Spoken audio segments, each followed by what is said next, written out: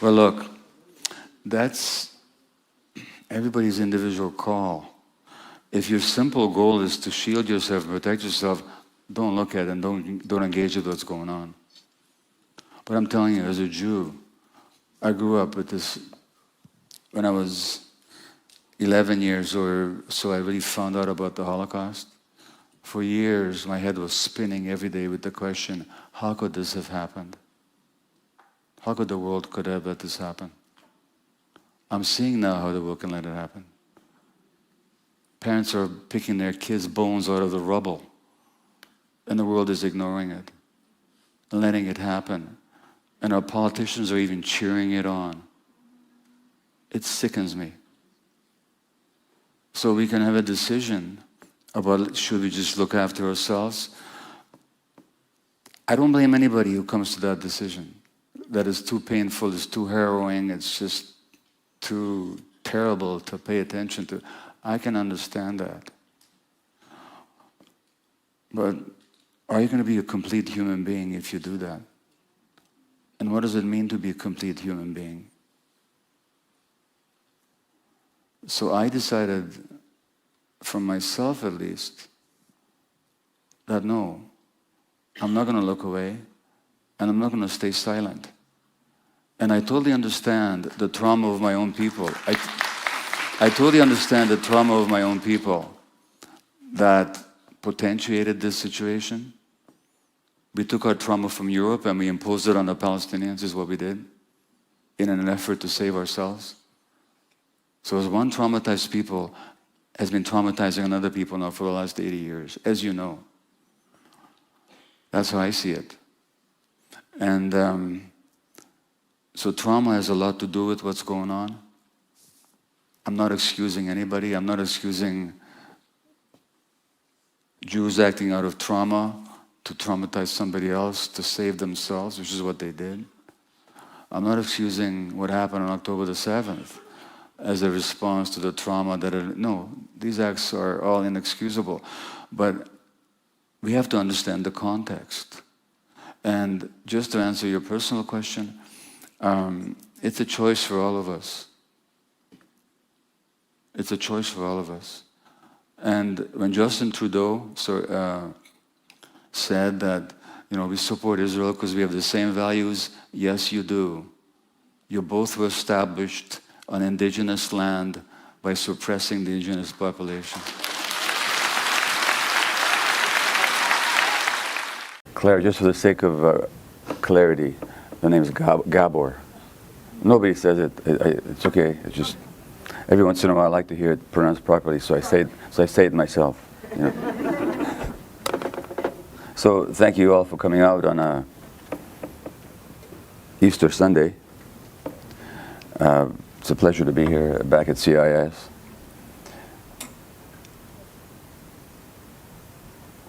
So what I'll be talking about is what I learned before I did my addiction work. I worked for 20 years as a family physician, and for 7 years I was the medical coordinator of the palliative care unit at Vancouver Hospital, looking after terminally ill people. So I saw lots of people die, and I saw lots of people grieving death. And both in family practice and in palliative care work, it began to strike me with increasing force that who got sick and who didn't wasn't accidental. The perspective of the medicine in which I was trained, which is allopathic Western medicine, is pretty much that diseases are caused by external agents, such as, say, tobacco smoke, or they're caused by genetic predetermination, such as, say, certain breast cancer genes. Remember Angelina Jolie last year had double mastectomy because she's got the breast cancer genes. Her mother died of breast cancer. She didn't want to take the risk. By the way, can you hear me okay at the back? No. Can you? Yes? No? No. So can we do something with the sound? Okay, how's that now? Are we getting there? Okay, can you hear me now? Okay, great. So just do let me know, okay? Because sometimes, by the way, this is totally typical. I give this talk, which is all about how we are, what this talk will be all about is how we have difficulty stepping into our own shoes and expressing our needs. And and typically somebody will come up to me afterwards and say, geez, that was interesting, but I only heard half of what you said. And I said, well, how come you didn't say anything? Well, I didn't want to bother you, So if there's a problem with the sound, just let me know right away, okay? So again, the Western medicine in which I was trained considers disease to be, for the most part, what they call idiopathic, which means we don't know what causes it. In other words, it's bad luck. Or it's genetic, or it's due to external factors. But the idea that the disease actually represents some significant message about how you live your life. What I mean by that is how you live your internal life, how you relate to yourself, and how you relate to other people. That escapes us. And that escapes us because we separate things that cannot be separated in real life. We separate the mind from the body. So by and large, we're trained as physicians to study the kidney and what can go wrong with the kidney. Well, you can get inflammation or degeneration or obstruction. What can go wrong with the heart? Well, you can get degeneration or inflammation or obstruction. What can go wrong with the brain? Well, you can get degeneration or obstruction or inflammation. And that's basically it. And this is due to factors we either don't understand or it's something from the outside causing it. But that the inflammation or the obstruction or the degeneration is actually the product of our life experience, let alone our emotional experience, that doesn't occur to us. Because we separate the mind from the body and we separate the individual from the environment. And what I learned over the years is that those separations are completely incongruent with life. Because in life, those separations don't exist. Now that's not news, by the way. It's not that I discovered this. I mean, it's only been thousands of years that we've known this. The traditional medicine of China has always assumed and understood that mind and body are inseparable. The Ayurvedic medicine of India, same thing. The shamanic medicinal practices of tribal cultures around the world have always taken for granted that mind and body and the individual and the environment can't be separated. So this split that we impose is strictly a Western phenomenon, but it's not new. It's become actually worse in the last 100 years or so because of the technologies that have enabled us to do some really terrific things which have further convinced us that we're right. So we've got the pharmacology, we have the imaging technology, we have the surgical techniques that were unheard of, unimaginable until a short time ago. And that has convinced us that our approach is right. But actually, when we look at chronic illness, we're not any better than we used to be. We have no idea, in the Western model, what cancer is really all about. And for all the hundreds of billions of dollars spent on cancer research, we're hardly closer to really solving the mystery of cancer than we were ever. The mystery of chronic illness, like rheumatoid arthritis, multiple sclerosis. Now let me tell you about multiple sclerosis. It's a condition in which there's a degeneration of the nervous system leading to blindness sometimes, paralysis, numbness, loss of function. In the 1940s, the gender ratio of multiple sclerosis in Canada, where I live, was 1-to-1. So for one man diagnosed, so was a woman. Pretty much the same in the US, maybe the women a bit more. But now the gender ratio is tilting such that in Canada now, 3.5 women are being diagnosed for every man. Now something's happened over the last 70 years to create that. And the traditional model does not allow us to understand what may have happened. Now by the end of the talk, if I forget to mention it, just ask me, please. But perhaps you'll find it yourself in what I'll be telling you to explain that otherwise inexplicable phenomena. So again, in the transaction between patient and doctor in Western medicine is, excuse me, the patient comes in and says, I got this symptom, please get rid of it for me. or I got this disease, please get rid of it for me. And the doctor says, I'll do my best to get rid of your symptom, and I'll do my best to get rid of your disease, and if I can't get rid of it, I'll do my best to make you comfortable with it, physically. That's basically it.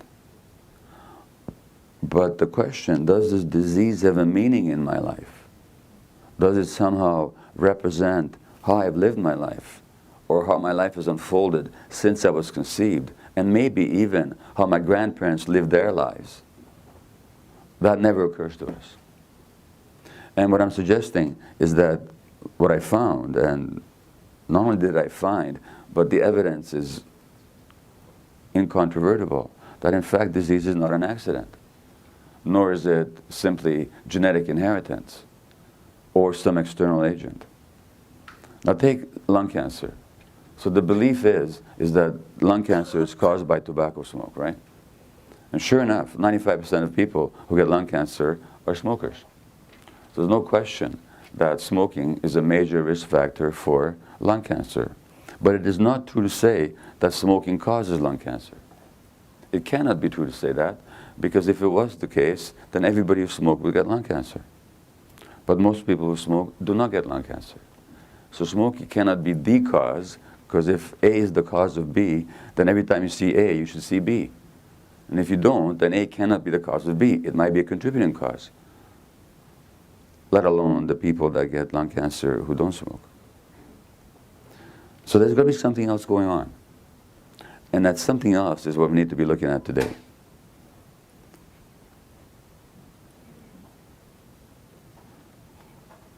So I'll read you some clippings from a Canadian newspaper called the Globe and Mail, for which I used to be a medical columnist some years ago.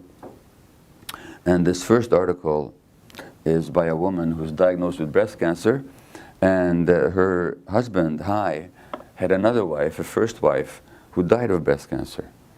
And now Donna, the second wife, is diagnosed with it. And the doctor's name is Harold.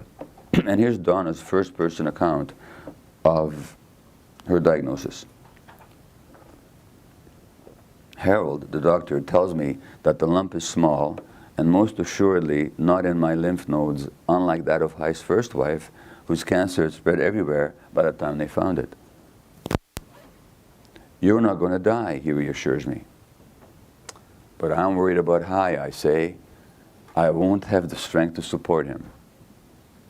Now, what do you notice? Anything, what's wrong with this picture? Yeah? She's worried about him. She's got the cancer. She's concerned about his emotional stability and how he'll do. Exactly. She's the one with this potentially terminal illness. She's the one that's going to have to go through radiation, chemotherapy, possibly for sure surgery. And she's worried about, how will I support him? Now this characteristic of automatic concern for the needs of others while ignoring your own is an absolute risk factor for cancer and chronic illness in general, for reasons I hope to convey to you today. The others I will read you are obituaries. Now, obituaries are fascinating because they tell us not only about the people who die, but also about what we value in one another. And what we value is exactly what kills us. Sometimes. In fact, you heard the expression, the good die young. And they do. They do. The good often die young. And then everybody goes to their, everybody goes to their funerals, and hundreds of people are weeping about what wonderful people they were, and how kind they were, and how giving they were. And they don't get that that's what killed them. This is not to say that kindness and giving kills us, but there's a distinction, which I hope to make clear to you. Anyway, so these obituaries then are about people who died with cancer in their 50s in most cases. This is a physician in Toronto. Never for a day did he contemplate giving up the work he so loved at Toronto's Sick Children's Hospital. He carried on with his duties throughout his year-long battle with cancer, stopping only a few days before he died. Now, if a friend of yours is diagnosed with cancer, would you say to her or him, hey, here's what you do. Go back to work tomorrow. and not for a moment stop to consider your life or what this might mean. And all the while receiving treatment, chemotherapy, whatever's going on with you, just keep working every day and keep going until you drop. So this automatic identification, this rigid and compulsive identification with duty, role, and responsibility is the second major factor for chronic illness, risk factor for chronic illness.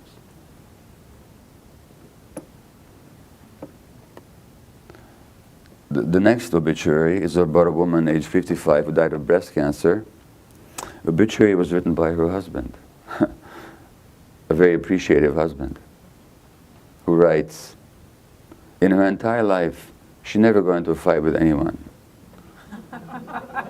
The worst she could say was phooey or something else along those lines. She had no ego. She just blended in with the environment in an unassuming manner.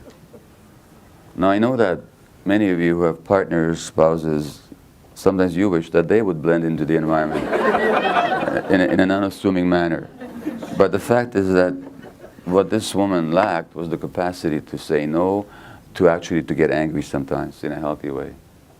And so that suppression of healthy aggression is a significant risk factor for cancer and chronic illness. And I'll read you one more. This is almost, you might think I made this one up, but I didn't. Another physician who died of cancer, Sidney his name was. Sidney and his mother had an incredibly special relationship, a bond that was apparent in all aspects of their lives until her death. As a married man with young children, Sidney made a point to have dinner with his parents every day, as his wife Rosalind and their 4 kids waited for him at home. Sidney would walk in, greeted by yet another dinner to eat and to enjoy. Oh, look at that one. How are you going to enjoy another? You know?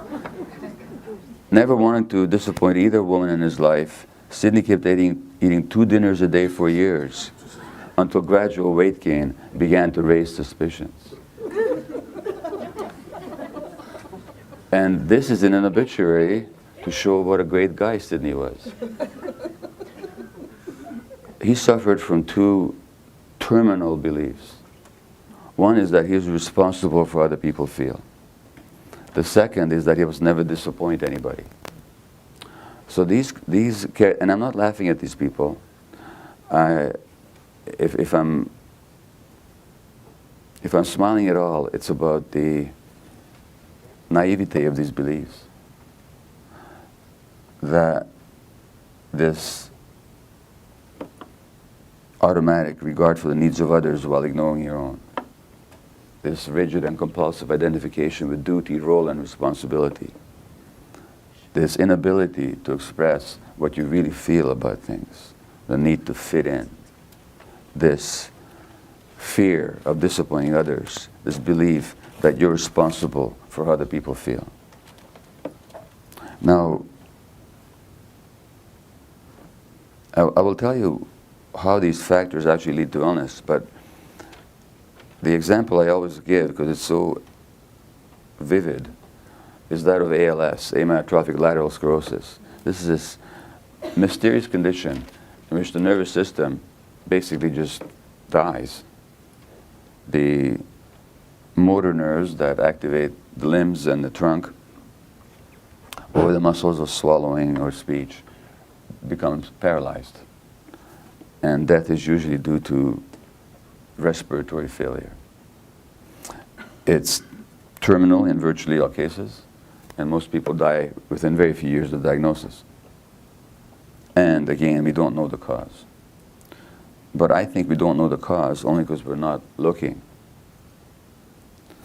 So a woman came to me for a second opinion some years ago. She was a teacher and a vice principal, and she found that she couldn't hold the pen at some point in her hands because her fingers just wouldn't grasp it. And she also began to experience difficulty walking. And this is some months before she came to see me. By the time she came to see me, she'd been diagnosed with ALS. She wanted a second opinion. Now, she'd been diagnosed by a world expert in ALS, and it was clear that that was the condition, all right. But when I got the history, it got very interesting. When this began to happen, and this began to happen, she didn't go to a doctor. What she did was she got up at 5 o'clock every morning because it took her a long time to get dressed. And then she would get herself to school early, and then, grasping a chalk in her clenched fist, she would scrawl the day's lesson on the board for the students.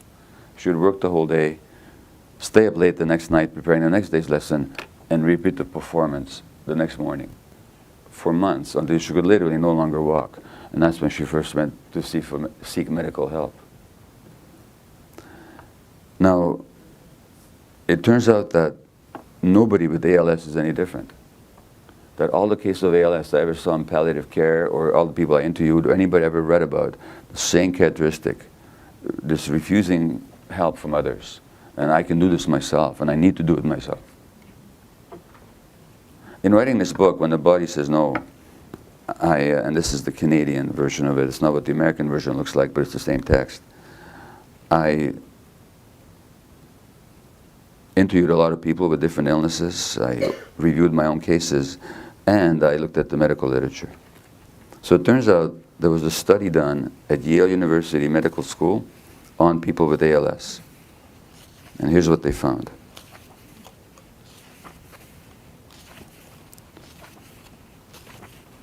They said, hard, steady work, sorry, let me just find this quote here. Yeah. These patients invariably evoked admiration and respect from all staff who came into contact with them. Characteristic was their attempt to avoid asking for help. Hard, steady work without recourse to help from others was pervasive. They seem to have been a habitual denial, suppression of fear, anxiety, sadness, most expressed the necessity to be cheerful, and so on. In other words, exactly what I found in my experience with ALS patients. And then what I also did is I looked at the biography of famous people who I knew had certain diseases. So I looked up Gilda Radner, the comedian, and her ovarian cancer, looked up her biography, looked at the biography of Betty Ford and her breast cancer, looked at the biography of Lou Gehrig and his Lou Gehrig's disease, which is ALS. Lou Gehrig, for the younger of you, being a famous baseball player who was a star with the New York Yankees in the 1930s and I think early 40s, whose record for a number of hits was only broken a couple of years ago by Derek Jeter of the Yankees. And who set another very famous record, though? Does anyone remember what that was? Games consecutively played. Consecutive games played. He never missed a game. And it turns out it's not that he was never injured.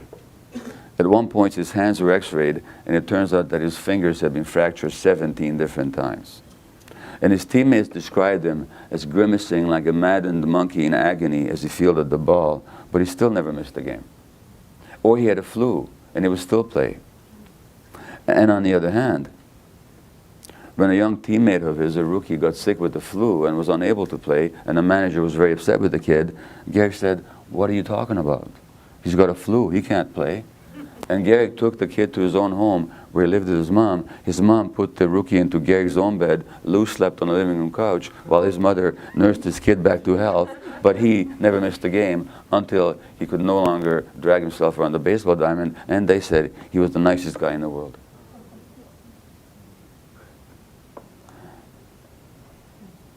And I'm saying that that's why the illness. When there's a rigidity in our emotional responses, and a rigidity that we impose on ourselves, that results in rigidity of our nervous system, because you can't separate the mind from the body. And I'll talk to you about that in more detail. The question now is, if I develop this perspective, am I blaming the patient? And there was a very famous essay by Susan Sontag, Cancer as Metaphor, when she had breast cancer. I think it was breast cancer, but cancer anyway. And she just absolutely militantly and even with some degree of hostility rejected the idea that there's anything about the patient's life that accounts for the disease. And she thought that was blaming the patient. And this blaming the patient is what's brought out as the counter to the case that I'm making here today. Well, the fact is we're not blaming anybody, because what happens when we look at the lives of these people? So the school teacher I told you about, when I got her life history, began with an adoption. She was an adopted child. And shortly after she was adopted, the adoptive mother gets pregnant, which, by the way, is not unusual. And it tells us something about infertility and stress. When you're really striving for something and you're totally attached to it, and then you let go, guess what? It happens. Not the first time in life that we would have learned that lesson, right? Anyway, the adoptive mother gets pregnant. You can imagine what the story is from there. The story is that the adopted child never feels that she's as welcome to exist as the biological child. So she compensates by suppressing her needs and by making herself no trouble at all for the parents. Now they will perhaps accept her. The problem is that those early coping patterns then become our personalities. And what we think of the personality, and we think we are the personality, we're not the personality. The personality is who we're not, actually, very often. And let me read you a quote here from an article from the journal Pediatrics, which is the official journal of the American Pediatric Association. This came out 2 years ago. Now, they're not talking about what I'm talking about, because I don't think they had that vision exactly, but they are talking about what I'm talking about, except maybe they don't know it. But here's what they say. Growing scientific evidence demonstrates that social and physical environments that threaten human development because of scarcity or stress can lead to short-term physiologic and psychological adjustments that are necessary for immediate survival and adaptation, but which may come at a significant cost to long-term outcomes in learning, behavior, health, and longevity. In other words, the way we adapt to early environment helps us survive early environment, but then it exacts a cost later on. So this woman adapted to her environment by suppressing herself so as not to make trouble, so as she'd be more accepted. Basically, it's her substitute for being loved. The trouble is that when we adapt those coping mechanisms early in life, we can't let go of them, because we're not even aware. We think that's us. And the analogy is something like this. Imagine that you are on the North Pole in freezing cold or below freezing cold, and you put on a heavy fur coat which will save your life. But then imagine that you're transported to the equator still wearing that coat. That coat will not kill you. Help you survive in one environment, kill you in another. It's the same with these early coping patterns that we adopt. And so that virtually all problems that we face later on in life are as a result of these early adaptive patterns that we had to willy-nilly adapt, and we didn't even adapt them consciously or knowingly, which makes it all the more difficult to let go of them. But we're still stuck in them. So as one particular writer says, it's a question of redeeming our life from our history. Redeeming our life from our history, because our history becomes our life until we consciously realize that no, we might have a choice in the matter. The child has no choice in the matter. Now, what happens when you look at Lou Gehrig's life? Lou Gehrig's father was an alcoholic. Now, those of you that may have grown up in homes where there was alcoholism, what happens in the child-parent relationship in such homes? Anybody can, sorry? But how does the child adapt? The child becomes the parent. The child becomes the parent. That's called the parentification of the child. It's a role reversal. And that role reversal invariably results in pathology for the child later on. But that's how they survived. And so Gehrig's father was an alcoholic, and Gehrig became the caretaker to her mother, and that meant, to his mother, and that meant never, ever saying no, and always being quote-unquote responsible. And that's why he never missed a game. It's no great achievement not to miss a game when you got a flu. The achievement is to stay home. In Canada, there's a very famous example of this. He's a national hero. Some of you may have heard of him in the U.S., although we tend to hear a lot more about you guys than you hear about us, the general rule. His name is Terry Fox. And Terry Fox was a teenager who had developed bone cancer in his leg, and his leg had to be amputated below the knee. And Terry then decides, I think 17 or 18, I'm not sure how old he was, Terry then decides to, maybe a bit older, to run across the country, to jog across the country with his prosthesis as a way of raising awareness of cancer.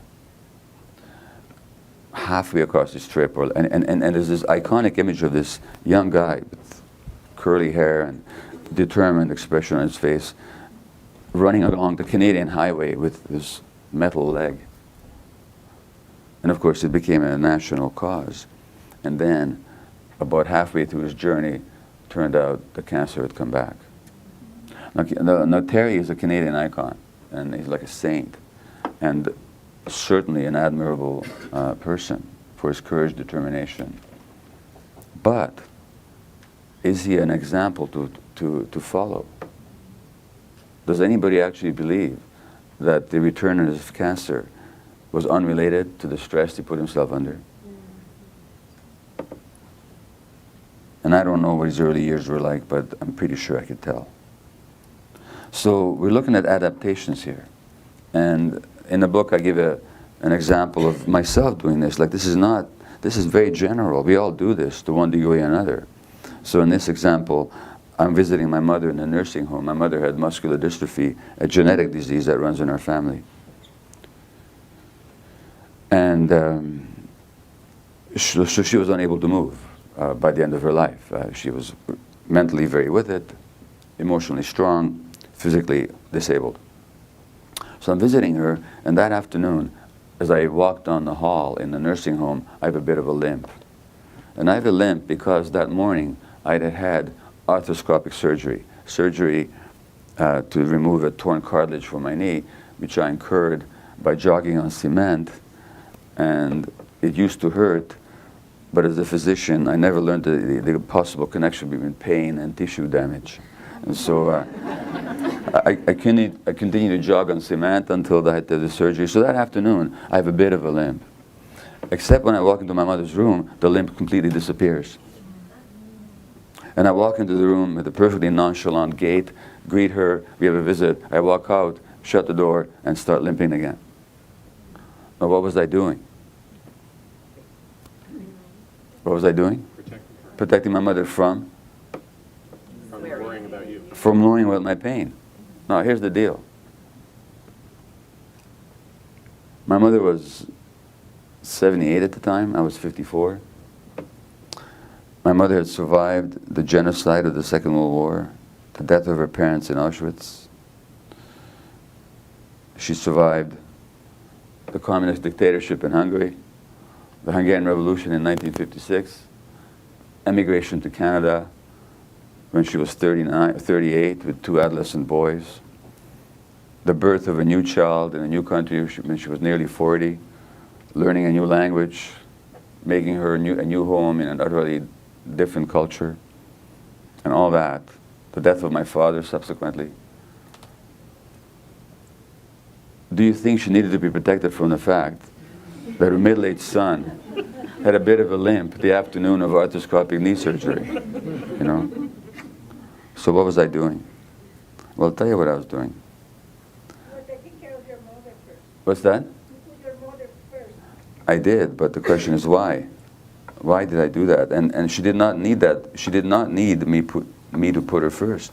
Adaptation, learning from childhood. What's that? Adaptation. It's an adaptation, absolutely. And here's the deal. If you read my books, you'll notice that I was born in Budapest, Hungary in 1944 to Jewish parents. And this is 2 months before the Germans occupy Hungary. So 2 months before the genocide descends upon the Jews of my country. So I'm 2 months old at the time, and the Wehrmacht, the German army, marches into Budapest. And the next day my mother calls the pediatrician and says, "Would you please come and see Gabor, because he's crying all the time." And the pediatrician says, of course I will come, but I should tell you, all my Jewish babies are crying. So Almas, A.H. Almas, the California-based spiritual teacher, who I think was speaking here this weekend, he says in one of his books, the child is very open and can feel the pain and suffering going on in its immediate environment. The child is aware of its own body and can also feel the tension, rigidity, and pain in the body of the mother or of anyone else he's with. If the mother is suffering, the baby suffers too. The pain never gets discharged. So here's what happens. And this is really the core of what I'll tell you the whole day. The child has two needs. The child has an absolute need for attachment. Attachment being loved. I know we talk about attachment in the Buddhist sense, but that's not what I'm talking about right now. Right now I'm talking about the attachment relationship, that dynamic that draws us close to other people. And without that dynamic, and without our brains being wired for attachment, we would not survive, because simply we're so helpless and utterly dependent as infants. So without somebody taking care of us, and us being cute enough that they will want to, which is why as babies we pretend to be so cute, you know. And some of us as adults go through life still trying to pretend to be cute, because it's our way of trying to get some love. So without attachment, we don't survive. So that's an absolute need. It's non-negotiable. We have another need. That need is for authenticity. Authenticity, auto, the self. An automobile is a self-propelled mobile. So authenticity has to do with being our true selves. And being our true selves is not some abstract concept. Being our true self simply means, what am I feeling at the moment? And how can I manifest what I'm feeling? Now, this is a subject of deep psychological exploration. It's very simple.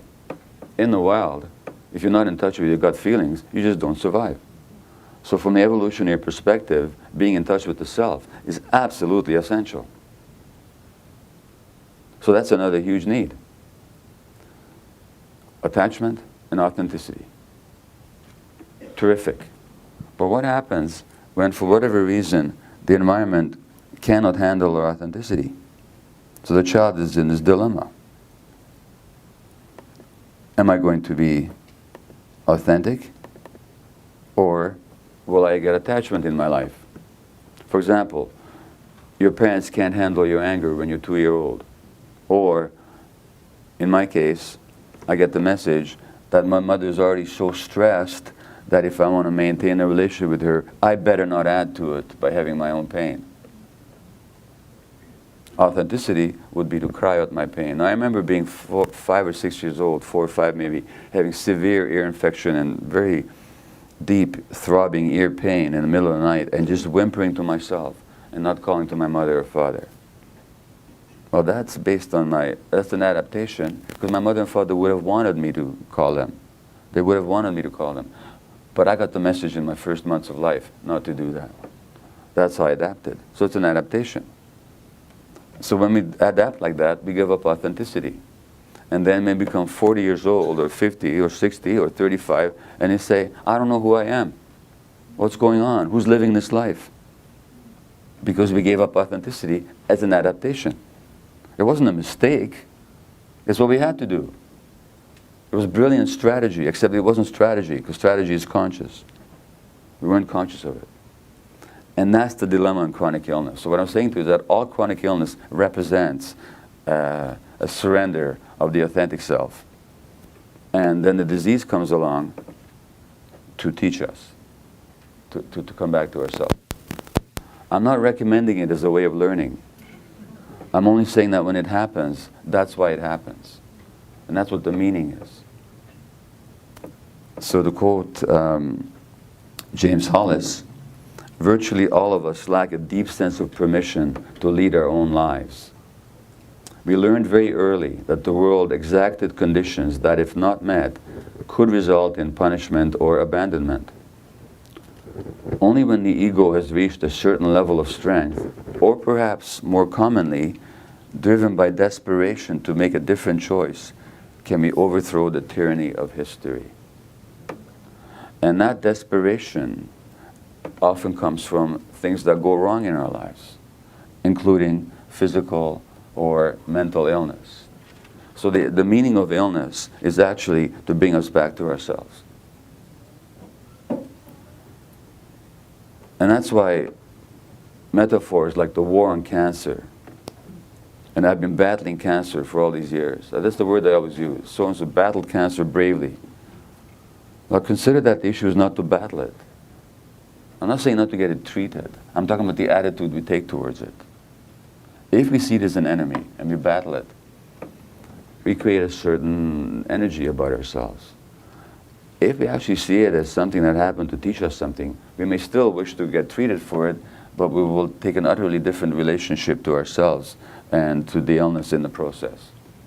And if we actually are willing to learn what it has to teach us, we might have a much more happy outcome, and even if the outcome is physically not any different, we'll be at much more peace with it.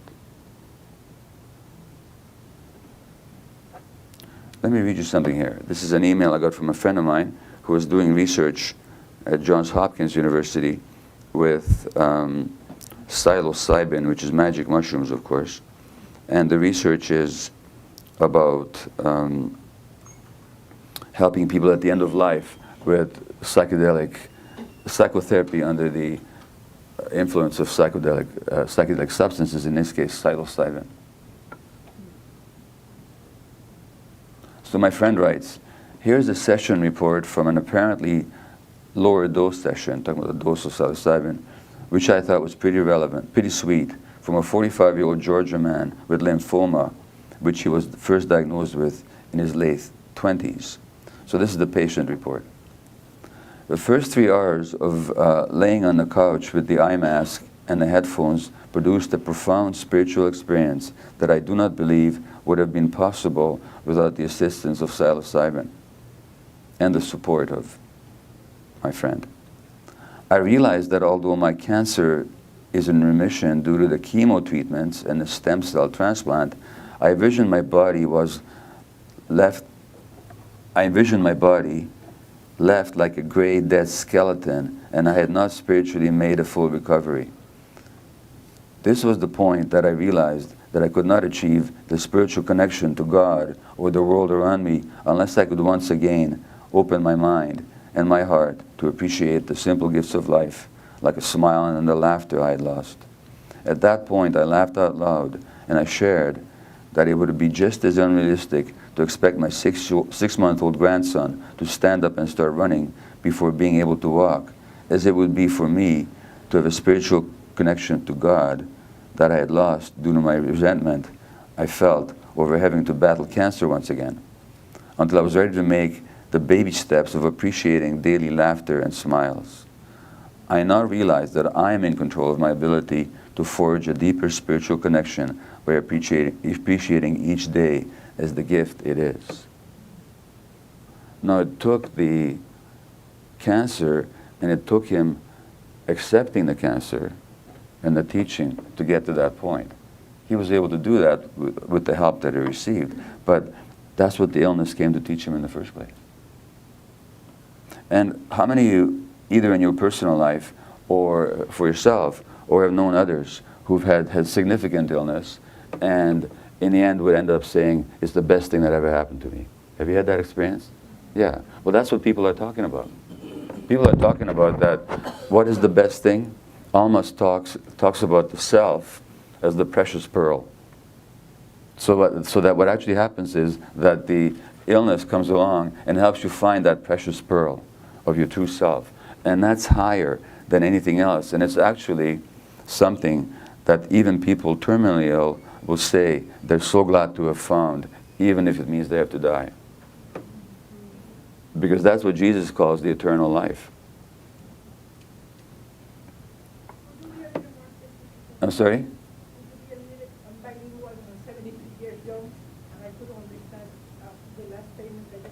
Okay, now you know, let's get you the mic so we can hear you. Just say that again. No, hold it. Mic is not on yet. Mic is still not on.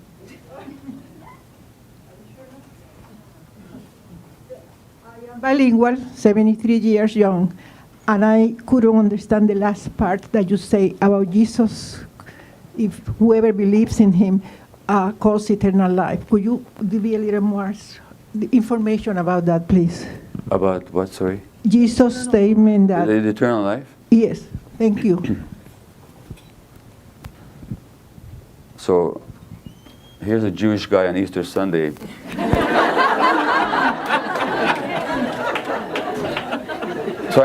trying to tell you what Jesus meant about the eternal life.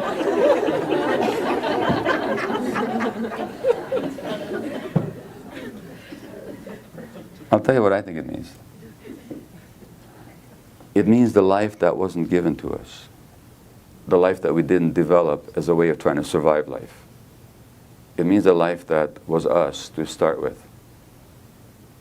Before we began to adapt. Before we gave up our connection to authentic self. It means the life that is not identified with any particular aspect of us. It means the life that isn't identified with the particular body shape I have right now. Thank God, because that body shape is going to go south very soon. It isn't the life that thinks that it's my thoughts or the emotions I'm having at the moment. That's what's eternal. Muchas gracias, señora. Thank you very much. Okay, you're welcome. Thank you. So, now the question is, how do these patterns that I described to you then lead to illness? By the way, let me just stop here for a minute and thank you for pioneering the questioning. Are there any questions or comments at this point from anybody? And yeah, please put your hand up and the mic will come to you. Yes. So what about the so-called inherited diseases? Because I am developing 3 of them: high blood pressure, high cholesterol, and blood sugar problems. My grandfather was a diabetic who injected insulin. So how is that related to this sort of end point of a multi-generational emotional process? Okay, well, I'll grant that there's some people who inherit genes that predispose to certain illnesses. So one of them is in my family. I mentioned it, muscular dystrophy. My aunt had it, my mother had it, one of my brothers has it. When you get the gene with that condition, you're pretty much going to get the disease. Those diseases are extraordinarily rare. You see them 1 in 10,000 in the population. So they include Huntington's chorea. They include muscular dystrophy of various kinds. There are some others. There are also genes that make it more likely you're going to get breast cancer. And so that's what I mentioned with Angelina Jolie. However, if you look at 100 women with breast cancer, only 7 have the gene. 93 do not. And out of 100 women with the gene, not all of them will get the cancer. So the diseases where the gene specifically determines that you're going to get the illness are very, very, very rare. Now, I don't know whether you got genes for high blood pressure. The fact that your grandfather had it and that you had it doesn't tell me that you necessarily have a gene. If you look at the, I mean, you might, but that would be very rare. Most cases of high blood pressure have nothing to do with genetics. And if you look at the very word for high blood pressure, well, what do we call high blood pressure in medical terms? Think about it. Hypertension. Maybe there's too much tension in your life. Maybe there's been too much tension in your life from the very beginnings of your life. Maybe your mother had a lot of tension from the moment you were conceived.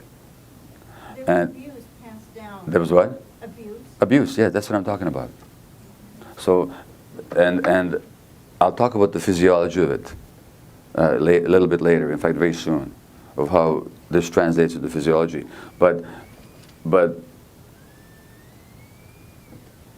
if you're asking, is it genetic? I'm saying likely it's not. If you're saying, is it transgenerational? Yes, it is. So stress and trauma are multi-generational.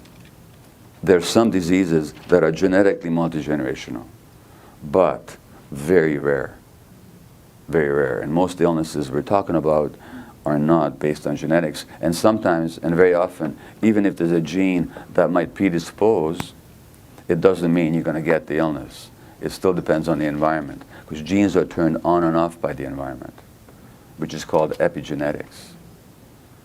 Let me give you a very interesting example. Not of an illness, but of a behavior. In New Zealand, they did a study of people who were violent, for violence. They looked at a certain number of people for degrees of violence. And some people were found to be very violent, and these people had a certain gene, a genetic difference. But the interesting thing was that in the same population, there were also people who were less violent than average, and they had the same gene as the very violent people. So you had the same gene, and it usually meant you can be less violent or more violent. So the gene was not for violence. What do you think it might have been for? Well, it turned out that the people that were less violent were brought up in very nurturing homes. The people that were violent were brought up in abusive homes. And what that meant is that the gene was for sensitivity to the environment. So when bad things happened, they were more sensitive to that, and it made them more aggressive. And when they were nurtured and dealt with peacefully, they were very sensitive to that, and they became more peaceful than average. So genes create sensitivities. They very rarely lead to specific diseases or specific behaviors. Well, it turns out, any other questions right now? Yeah, and the mic over there, please.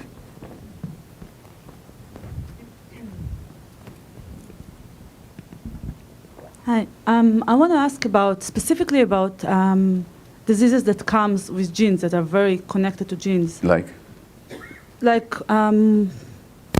Molecular degeneration. Okay. Or other. Okay. In my family, we have autoimmune. Sure. Or different. I feel that especially in this kind of disease, there is a strong connection to the psychological genetics that you get, what you carry. Because even if you have the gene, it doesn't mean that you're 100% going to have the disease. That's the point. So especially in these illnesses that so many people in the family carry, there is so much psychological issues. Absolutely. Absolutely. So because something runs in a family, it says nothing about genetics. Because we can pass on the same psychological stresses and traumas from one generation to the next. So family history, multiple generations of illness, tells us nothing about genetics. And as you say, even if you have the gene, it doesn't mean you'll get the disease. So it still depends upon what turns the gene on or what turns the gene off. And autoimmune illnesses, while you can certainly show some genetic predisposition, you cannot show that they're transmitted genetically. Because to show that they're transmitted genetically, everybody with the gene would have to get the disease, and they don't. So the question is then what, and this is what we really have to understand, not so much for the purpose of this conversation, but I mean medically, is that genes are turned on and off by the environment. So the genes, rather than determining things, genes actually are turned on and off. They're governed by the environment. And that science is called epigenetics. Epigenetics studies how genes are modulated by the environment. And I could talk to you a lot about that, but I won't at the moment. The question here? Will you talk about epigenetics? Will I talk about epigenetics? Well, what would you like me to say about it? What I wanted to ask you is, in the idea of epigenetics, turning gene expression on and off, Yeah. do you feel that perhaps you have turned off a genetic expression for muscular dystrophy? Or can one do that? Well, it's interesting. I'm not sure that I know the answer. To tell you the answer, I'd have to be genetically tested for muscular dystrophy, and I have not been. I've been clinically examined. I was told that by my age, if I had it, I'd be showing some signs of it. But theoretically, your question is absolutely valid, and the only way I'd find out is if I underwent the genetic testing. A friend of mine who's a world-famous researcher in Huntington's chorea, which is what Woody Guthrie died with, and Arlo, as you know, does not have the gene. He said that in Huntington's, if you get the gene, your risk of getting the disease is 99%. But that means there's 1 person out of 100 who's got the gene who's not going to have the disease. Well, there's got to be something epigenetic going on there. So I don't know in my case what the situation is. I rather suspect I don't have the gene. I hope for the sake of my children that I don't. I suppose I could get tested for it to know for sure, but more likely I don't. Certainly in a more common case, such as breast cancer, where there are these genes, these breast cancer genes, which most people with breast cancer do not have, but there's some that do, and they will still not all get the disease. Well, there has to be something epigenetic there. There has to be something that turned the gene on in some people and didn't turn it on in other people. Okay? Yeah. Thank you. I think I can speak to this a little bit personally, the medical phenomenon, because I'm the first in my family to have RA, juvenile RA, and juvenile degenerative disc disease. And through, genetic testing, I found out that I had the gene, and basically with a lot of intense emotional treatment and a lot of dietary treatment and spiritual revelations and stuff, my RA symptoms have gone down. But the problem is that medical doctors reject the progress, and they reject the, what my body's been through, and basically compartmentalize it and go, well, we don't understand how that works, but just keep doing what you're doing. So why is that a problem? Well, it's not a problem, but I think part of the reason why we don't commonly hear of it is because there's not enough doctors that are willing to look at the conundrum. So let me tell you a story. Okay, thanks for that comment. Are you complete? Are you complete with what you're going to say? Yeah. Okay, great. Well, let me tell you a story then. Nasruddin, have you heard of Nasruddin? Nasruddin being this Sufi sage and mullah and fool, that in all of his adventures and stories there's always a teaching. And sometimes he's wise and sometimes he's a fool. But it's all about what can you learn. So Nasruddin's got this donkey, and his neighbor comes over and says, Nasruddin, can I borrow your donkey just for one day? And Nasruddin says, yeah, I'd love to lend you my donkey, and you're my favorite neighbor, and there's nothing I wouldn't do for you. But it just so happens, unfortunately, my brother took the donkey to market just this morning. Neighbor says, oh, okay, well, thank you. And as he starts to walk out of the yard, the donkey brays in the barn next door to them.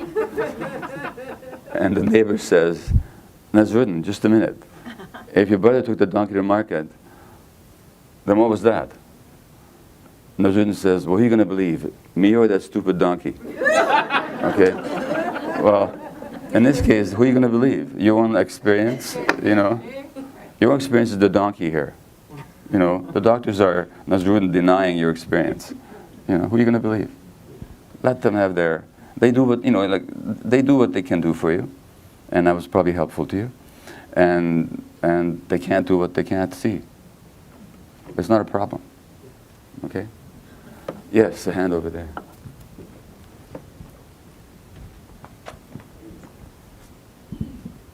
Hi, good morning. You will probably get to this, but I was curious, like on a more collective level, like speaking of intergenerational trauma and historical trauma and the behavioral patterns and illnesses that befall people, and I was thinking about just how you can grow up in a really healthy family and poverty itself as a trauma, and how even with the individual sense of this, like if a person is made sick by their environment, by, toxicity being dumped into the rivers, et cetera, and we're looking just at like their emotions, and I don't know if that's enough, like if we're looking too much at the individual still and not so much at like the individual as a representation of the collective illness, and how we, I'm pretty sure you're looking at that, and I'm curious about what you've found. Well, so I'm not sure I completely understood your question, but let me give you an answer, and you can tell me if that's okay. I think that illness in an individual is always a manifestation of collective and multi-generational dysfunction. Carl Jung said that an individual is not just a single separate being, but by his very existence presupposes a collective relationship. And there was a series of articles in the New York Times a few years ago about cancer, and they quoted somebody who very astutely said that trying to find the cause of cancer inside the individual cell is like trying to understand a traffic jam by studying the internal combustion engine. Okay? So,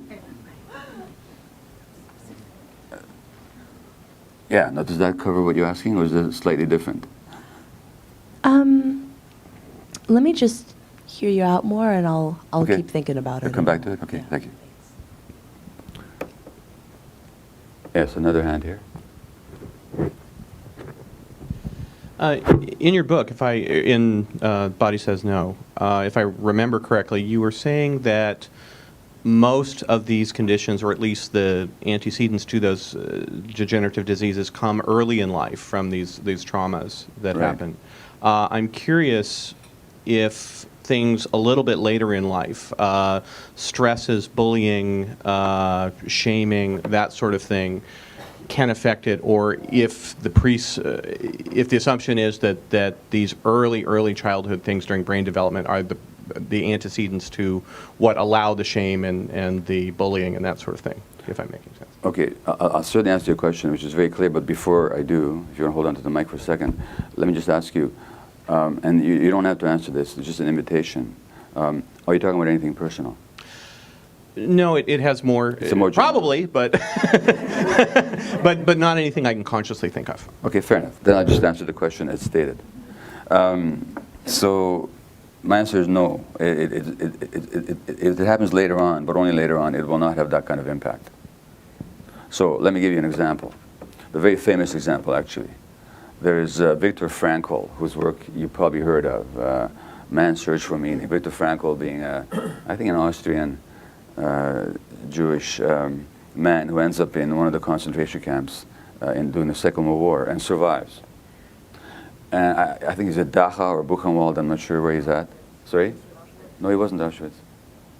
Was the Frankl in Auschwitz? I don't think so. Maybe he ended up there, but in this particular example I'm going to give you, he's in Germany somewhere. And he's looking out at the countryside in the middle of this horror. And he's looking out at the countryside, and he sees the beauty of God's universe. Now, in the middle of a concentration camp. Now, I can tell you, knowing myself, the way I'm constituted,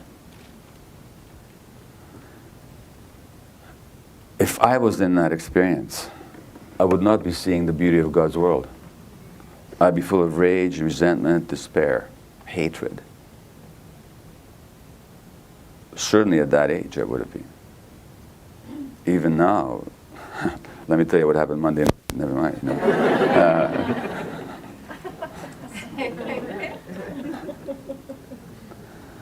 I bet that Frankl had a lovely first 3 years of life. And those experiences that embittered or traumatized others did not touch him the same way. If you look at people with post-traumatic stress disorder, soldiers that experience the terrible death of their comrades, they develop PTSD, all of them had been traumatized in childhood. That's why out of 100 people who go through that experience, 20 will get PTSD and 80 will not. So by the time we get to be adults or even adolescents, our responses to stress, our hormonal reactions, our neurological set points, our cardiovascular states are pretty much programmed. And that then will define how we respond. And that's why when you treat PTSD and you're only looking at the incident, you're never going to get anywhere, because that's not the cause. There's another hand somewhere. So what are the possibilities or techniques or chances of making changes in those early adaptive responses. Fair enough, and I would hope to come to that later on when we get into it, and we'll do some exercises here together as well. And but the point is first to be really aware of it, and the key phrase you might say then is from the Course on Miracles, where they say that you're never upset about what you're upset about, so that whatever's going on in the present and whatever reaction you have, that's not the ultimate cause of your reaction. But yeah, we have to go back to what happened originally to understand it. So we will deal with that later, and if I don't deal with it satisfactorily, just please bring it up again. Okay? Thank you. And was there another hand back there? Thank you.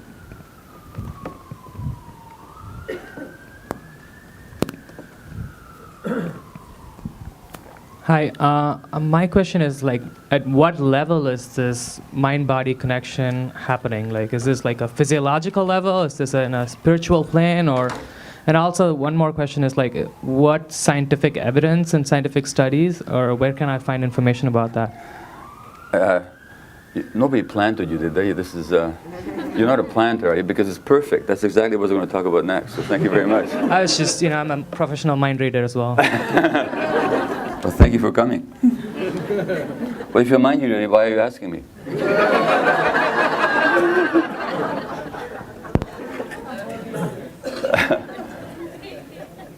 Okay, so then I just, great, I'm going to go right to the answer, okay?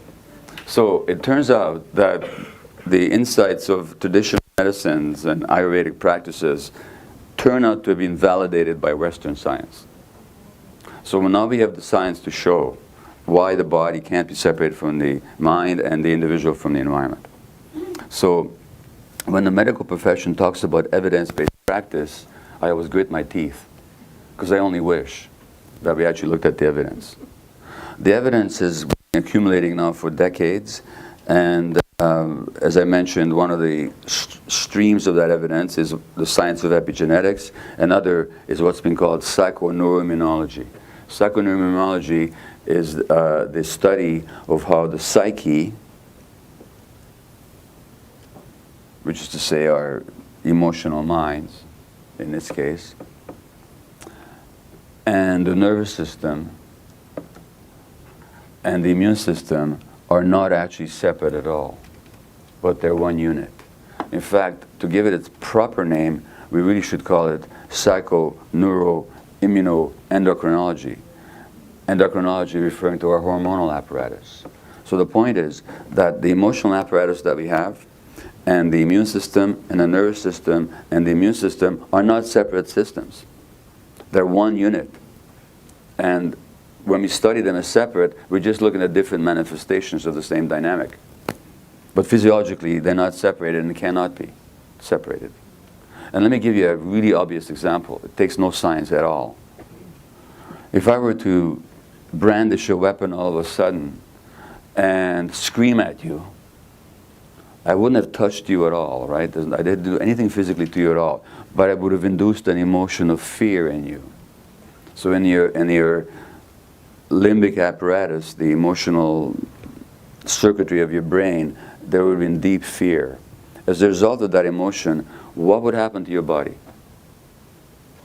In a split second, the hypothalamus, which is the structure in the brain that's at the apex of the body's autonomic nervous system, would have sent signals to the rest of your body. The hypothalamus is also at the apex of the body's hormonal apparatus. So it would have sent signals to another gland in the brain called the pituitary, which would have sent, along with the nerve messages from the hypothalamus, hormonal messages to the adrenal gland. Now, renal means kidney, adrenal means on top of the kidney. The adrenal gland, in response to threat, will secrete two hormones. It will secrete a hormone named after it called adrenaline. And the adrenal gland, like the brain, has a cortex. Cortex means bark, as in the bark of a tree. And the cortex of the adrenal gland will secrete another hormone named after it called cortisol. The purpose of adrenaline and cortisol is to help you fight back or to escape, the so-called flight or fight response. So stress is actually a response to a threat. Now, nothing physically happened to you. Nobody touched you. Nobody gave you a chemical. All that happened was that an emotion induced by some external event set off a vast cascade of responses in your body that results in your blood pressure going up, your heart rate increasing, your muscles tensing, the blood flow being diverted from your intestines to your muscles so that they get more oxygen, and the cortisol causing your sugar levels to go up so that you have more energy for the escape or flight mechanism. That's great in the short term. In the long term, however, if the stress is chronic, what happens to you? That same cortisol that in the short term allows you more energy to escape or to resist will now give you diabetes. The cortisol, what else will it do? It will thin your bones so you get osteoporosis. What else will it do? It'll reduce your immune system's activity, so you're more likely to get malignancy.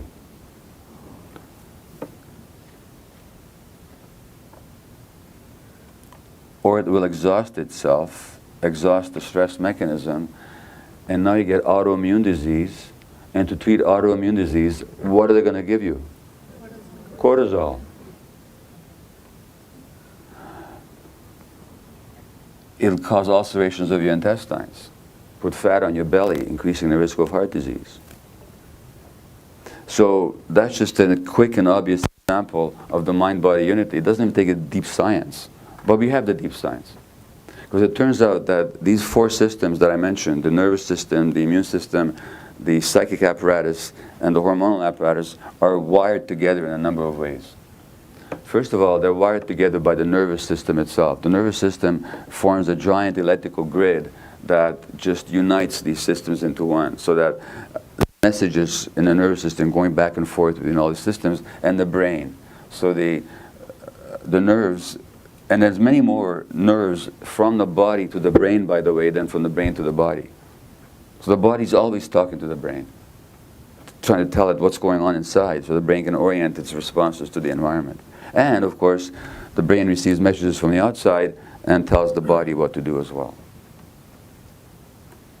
So there's nerve fibers from the bone marrow, where red and white cells are manufactured, to the brain, and vice versa. From the spleen, where the red cells are stored, to the brain, and vice versa. So that's the first connection, scientifically speaking, is the, physiologically speaking, the nervous system itself. The second connection, of course, is through chemical messengers that they each secrete, and for which they all have receptors, so they can both send and receive messages to one another. So it turns out that the white cells in our circulation, which are immune cells, can manufacture every hormone. A hormone is a chemical messenger. The white cells in our circulation, our immune cells, can manufacture every hormone that the brain can manufacture, which means that the white cells are talking to the brain, and the brain is talking to the white cells. So that's the second form of connection. The third connection is the gut connection. So the gut is much more than an organ of digestion. What is it also? Well, it's a huge organ of immune response, because it has many immune centers to keep out dangerous toxins or bacteria. But the gut is something else as well. Let me ask you this question, and I'm going to ask for a show of hands if you would. If you've had the experience of having a powerful gut feeling about something and ignoring it and then regretting it afterwards, put your hand up. Okay? Great. Now, I'm going to ask for the adverse experience. If you had the experience of having a strong gut feeling about something, ignoring it, and being glad afterwards, now put your hand up. So 1 or 2 people put their hands up. You can see what the ratio is. So the odds are, if the guts are telling you something, go with it. Your chance of being wrong are like 1 in 100. Actually, I would even argue that what you think is a gut feeling wasn't. It was just a strong emotion. And there's a distinction between the two. But the gut is just never wrong. And that's because another form of connection is the gut-brain connection. The gut sends many more messages to the brain than it receives. It's a huge nervous system organ. It's got many, many nerves. Serotonin, the chemical that's, that we supplant when we treat depression with Prozac, the gut has more serotonin than the brain does. And it's very interesting about this gut-brain connection. What actually happens is that the gut receives the messages of the whole brain. So your intellect, the thinking part, is only one smart part of the brain. The whole brain is taking in the whole picture. And when the gut senses that, it'll give you some very powerful feelings. So when you ignore that, you're actually ignoring reality. And so in the wild, again, as we're evolving into human beings, if we ignored our gut feelings, we were ignoring reality. To ignore reality was to court death. So what happens here, when I just asked you this question about how many of you ignored gut feelings and were sorry afterwards, and just whatever you put the hand up, you just told me, you probably realized this, but you told me the story of your childhoods. Because there's no, sorry? Ignoring your childhood? Ignoring the, no, you just told me the story of your childhood. You didn't ignore it, you told me the story of it. Because here's the deal, no infant is born without gut feelings. There's no one-day-old baby that says to himself, gee, I'm really hungry and I got a stomach ache and I'm wet and I'm really distressed and none of that, I'm lonely, but gee, mom and dad are working so hard. I better not bother them right now. That doesn't happen. Ah! He's expressing his gut feelings. What happened? Something happened. Somewhere along the line you learned that to express your gut feelings and to trust them would put you into conflict with your attachment environment.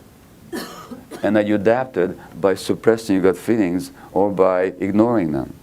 And that's what shows up decades later in his hands going up in every room that I ever speak at. And that's because of the gut-brain connection. And it's very interesting. As I mentioned in this book, Dr. Oliver Sacks, who is a neurologist, describes a group of patients who have lost the capacity to process language because of a stroke. And these people are watching President Ronald Reagan on television, and they're all laughing on this ward. And some of them are just angry at Reagan, but most of them are just laughing at him. And Sacks asked himself, well, what is it? Is it that they don't understand Reagan? Or is it that they understand him all too well? And it turns out that on studies of aphasiacs, people that don't process language because of a stroke, they're much better able to tell when somebody's lying than the average person. They have about 80–90% certainty of knowing when somebody's a liar.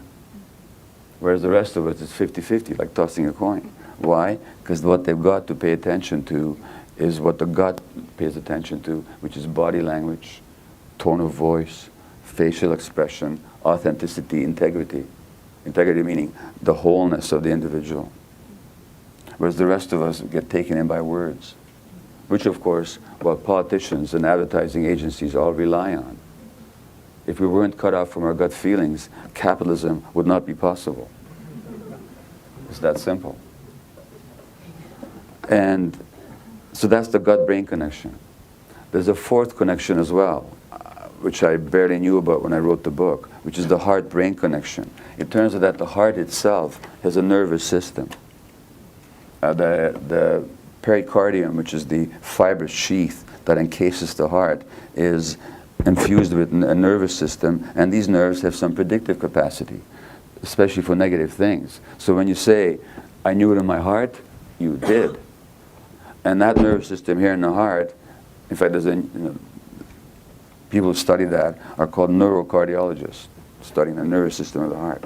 And this brain here, the heart brain, is connected to this brain here. So that's another connection. Then there's all kinds of connections to do with electromagnetic waves being radiated from the heart and the brain, and but I'm sure that in 100 years we'll have a much more sophisticated view. But enough is known already that we know that physiologically the mind and the brain, the heart and the brain, Let me just gather my thoughts here. This is my third talk in 2 days, so I'm getting a bit punch drunk. So let me just pause for a moment. So that we already know that the mind and the body cannot be separated physiologically. And again, even if we didn't have all this science, just the fact of your response when I scared you, that would tell us. That's enough already. Now the point is, of course, that this connection doesn't just manifest when you're scared. It happens all the time. It's 24/7. You know, so that 24/7 there's these communications going on. So that means whatever happens emotionally also shows up physiologically. And so before we take our break, we'll just do a little demonstration here of how that might show up in real life. So I just need a volunteer. I'll tell you what you'll volunteer for in a minute. Basically, just a demonstration of one aspect of what I've talked about here. And all I need you to do is to sit in your chair and agree with me that you won't leave your chair, because your chair represents your life, and this is a metaphor for your life, and you can't leave your life. So I need somebody who I can easily, physically reach. So thank you. And your name is? Beth. Beth. So Beth, so what I'm going to ask you is, how comfortable are you with the distance between you and I right now? In other words, if I gave the rest of the lecture from here, is that okay with you? I'm totally comfortable. You're totally okay. And maybe the mic can come up here so that everybody can hear better. So Beth is sitting there and I'm standing here and she's okay with the distance. So what now if I stood here and I gave the lecture from here for the rest of the afternoon? How's that? That's good too. So that's okay. How about right here? It's a little more uncomfortable. You don't like it, okay? Yeah. Okay, good. What would you like to do about it? Back up. You'd like me to back up? Sure. Yeah, okay. Well, you can ask me that. And let's say I don't. In fact, I come a bit closer. So now what? I'm going to wonder why you're not backing up. I'm getting uncomfortable, more uncomfortable. You're going to wonder. Well, I don't give a damn what you wonder about, and I'm going to step another step closer to you. Okay, now what? That's very interesting that you're wondering, but so what? You know? Now I'm getting a little bit angry. You're getting angry. Because you're Great. not pushing back. Perfect. So what would you do then in your anger? You would... I would say to you, at this point, you have to back up and go back to your podium. Yeah. Thank you. Thanks very much. Perfect. Thank you. So, in other words, what you've experienced now is healthy anger. And what healthy anger is simply a defense of your boundaries. It just says, you're in my space, get out. That's what healthy anger is. Okay? In fact, if you look at emotions more broadly, they really have two functions. Either I want more of this, or I want less of this, or I don't want this at all. So emotions invite the nurturing. I mean, there are people in your life, Beth, I'm sure, that you'd want close to you, and you might even want to bring them closer, hug them and all that. But, you know, in this situation, that's not what you want. You want somebody to stay out. So the role of emotions is to identify that which is desirable and to invite it in, and that which is threatening or dangerous or unwelcome, and keep it out. Okay? Are you with me there? Now, what's the role of the immune system? It's the same thing exactly. It's to identify that which is dangerous and unwelcome, toxic, and keep it out, kill it if necessary, and to allow in what's nourishing and healthful. So the nervous system has been called a floating brain. It has the same functions of the brain. It has memory, it has learning capacity, and it is reactive to what happens. So we've identified that the role of the immune system is the same as the role of the emotional system. Now, given that we've already demonstrated, or at least stated, that the two are connected, part and parcel of the same system, what do you suppose happens when you suppress your emotions? Like, what if Beth was suppressing her anger, like that poor woman in the obituary? She'd be suppressing her immune system, suppressing her boundaries. And then when malignancy comes along, the immune system is no longer capable of responding. And so the people who smoke and get lung cancer are the people that smoke and suppress their emotions. And the people who get lung cancer even without smoking are people who suppress their emotions even more.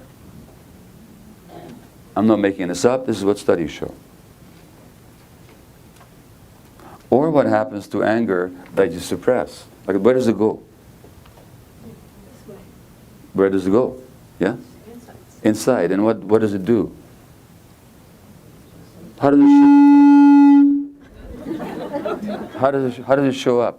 It corrodes the inside. It corrodes the inside, it turns against you, right? It turns against you. It turns against you psychologically in the form of depression, addiction, whatever, you know, or it turns against you in the form of autoimmune disease.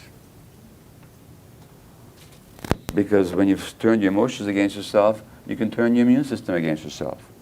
So the people that develop autoimmune illnesses are people who suppress their emotions. And they suppress their emotions because it was demanded of them in their early childhoods. So that was their adaptation. And that's simply how it works. So, we have 5 minutes. We'll have a break in 5 minutes, and then after the break, I'll speak a bit longer, and we'll do some exercise together. But are there any questions? Right? You know what, actually, let's take the break right now for 15 minutes, and then we'll take the questions afterwards, okay? If you want to talk to me in the meanwhile, come up and talk to me. We'll just, while people drift in, let's just, any questions on what I said, and then we'll continue. Yeah, so again, hand over there, and the camera is coming to you. Hi, at the beginning of your talk, you had mentioned how disease represents a message for us about how we're living our life. Right. And I wonder if the same can apply to viruses that are contracted, like HIV viruses, like hepatitis or HIV. Like, can we see those contractions of viruses in the same light? Well, the thing about viruses is that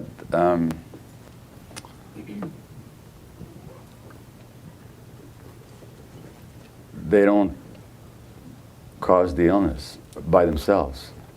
It depends on our immune response to them. So let me give you an example. There's a so-called flesh-eating disease. Necrotizing fasciitis is the technical name. It basically, this bacteria eats up your flesh. It's life endangering. Does anybody know what causes necrotizing fasciitis? Have you heard? It's strep bacteria. But here's the thing. Strep bacteria. Here's the thing. If we swab the throat and armpits of everybody in this room, about 25-30% of people here would have the strep bacteria on their bodies. There's nobody here sitting here with flesh-eating disease. Similarly, if you take a person with the flesh-eating disease, and if you had swabbed him 10 months earlier, you would have found the same bacteria. So can we say, therefore, that the bacteria by itself caused the disease? Clearly not. Clearly what's happened is that something happened to their immune system, that the relationship between the bacteria and individual, which was symbiotic and at peace for all those years and months, all of a sudden became hostile as a result of some dip in that person's immune response. So I don't call the bacteria the messenger here. The illness is the messenger, because the bacteria is kind of just there. Now, surely that doesn't mean that I can be totally confident that I'm emotionally balanced and I got everything, all my ducks in a row, psychologically speaking. Inject me with the HIV virus, I'll be just fine. I'm not fool enough to go there. But if you actually look at the HIV epidemic, and specifically in San Francisco, when I think about it, if you read Randy Shields' book, The Band Plays On, and I know I'm treading here on perhaps sensitive ground, but let me just tell you how I see it. In the bathhouses of San Francisco, amongst the young gay male population, there was indiscriminate sex happening. What was that all about? It was all about the need to be satisfied and to be accepted and to be loved. Where did that come from? That came from their childhoods. So yeah, in the HIV there was a message, which is that you don't love yourself because you weren't allowed to. So we can look at it that way. Yeah, another hand? I was recently diagnosed with mild osteoporosis. I like to say mild because it makes me feel better about the whole thing. Good. The doctor said it's part of the aging process. So I'd like to hear a little bit more about, the connection with just, regular aging and what you're talking about. Well, sure. That reminds you of the story of the 95-year-old who goes to the doctor and says, my knee hurts. And the doctor says, well, of course, sir, I mean, don't forget, you're 95 years old, And the guy says, well, the other knee is 95 years old too, but it doesn't hurt. And unless the doctor were to say to you that everybody at your age, inexorably because of the ravages of time, they got osteoporosis, then you have to fairly ask, well, if that's not the case, then what's happening to me? So he has not answered your question. My question to you is, now there was one study in the New England Journal of Medicine about osteoporosis that women, for example, who have been depressed are more likely to get osteoporosis. Why? Because depression is elevated with higher levels of cortisol. Cortisol thins the bones. So only you would know the answer to this question. You can speak to it if you wish, or just consider it for yourself if you wish that. But the question would be, these patterns that I've been describing here, these ways of being, these adaptive and later self-harming dynamics, do you recognize them in yourself? Alternately, have you suppressed your feelings? What is depression actually? I mean, depression tells us what it is. The very word itself, what does it mean to depress something? It means to push it down. Have you been pushing yourself down in some way? I don't know the answer to that. It's for you to ponder. But I would highly suspect that those dynamics are there. And that also means that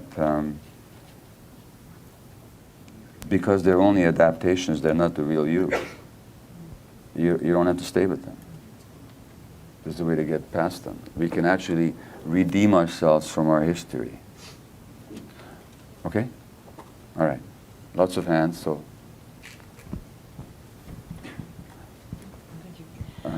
When you speak about suppressing emotions, anger, or perhaps even joy, what is the proper expression of that? Because it can alienate and endanger. It's very risky to express too much anger or even too much joy at times. Risky to what? The risk of alienating or doing damage. To who? To the person that you're speaking. So when you express too much joy, what's the risk? I think that people can become jealous or, yes. They will. And when I see a person with a lot of joy, I get jealous. And I'm not so concerned about the joy, but the expression of anger. Well, look, see, here's what you're asking. I mean, healthy anger is what Beth demonstrated. She said, "You're in my space. Get out." But what if you hadn't? What if you hadn't moved anyway? Well, then should I get more angry with me? Now, in real life, of course, she could also leave. But this is a metaphor for her life, and I just wanted her to know what are you going to do in your life when people are treading on your boundaries all the time. Okay? But the question that you're posing is precisely what I've been addressing here. You have your choice. Am I going to be authentic, or am I going to be attached? Am I going to sacrifice authenticity for attachment? Or will I say that the authentic self is more important than any specific attachment? And if there are people in my life who can't stand who I really am, do I really want those people in my life? Now, the child, infant, has no choice in the matter. They have no choice in the matter. The question is, do you have a choice in the matter? So, I mean, no, I'm not saying, when I talk about anger, I'm not talking about displays of rage and inappropriate attacks on other people and calling them names. I'm just talking about being in touch with what you're actually experiencing and not suppressing it for the sake of being accepted. How you express it, that's just a decision you make. But are you going to allow yourself the experience?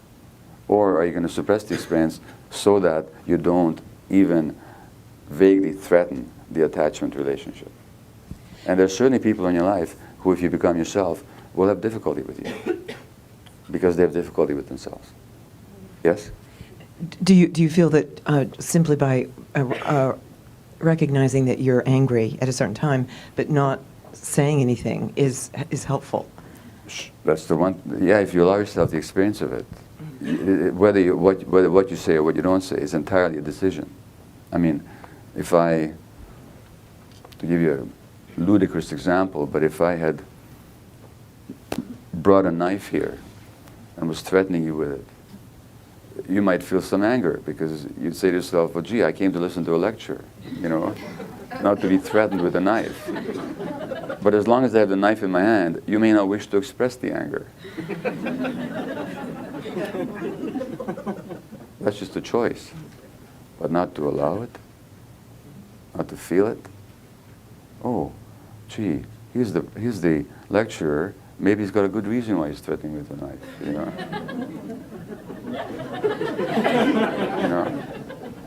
So yeah, okay? Yeah, thank you. You're welcome, thank you. Yes? Somebody else with that?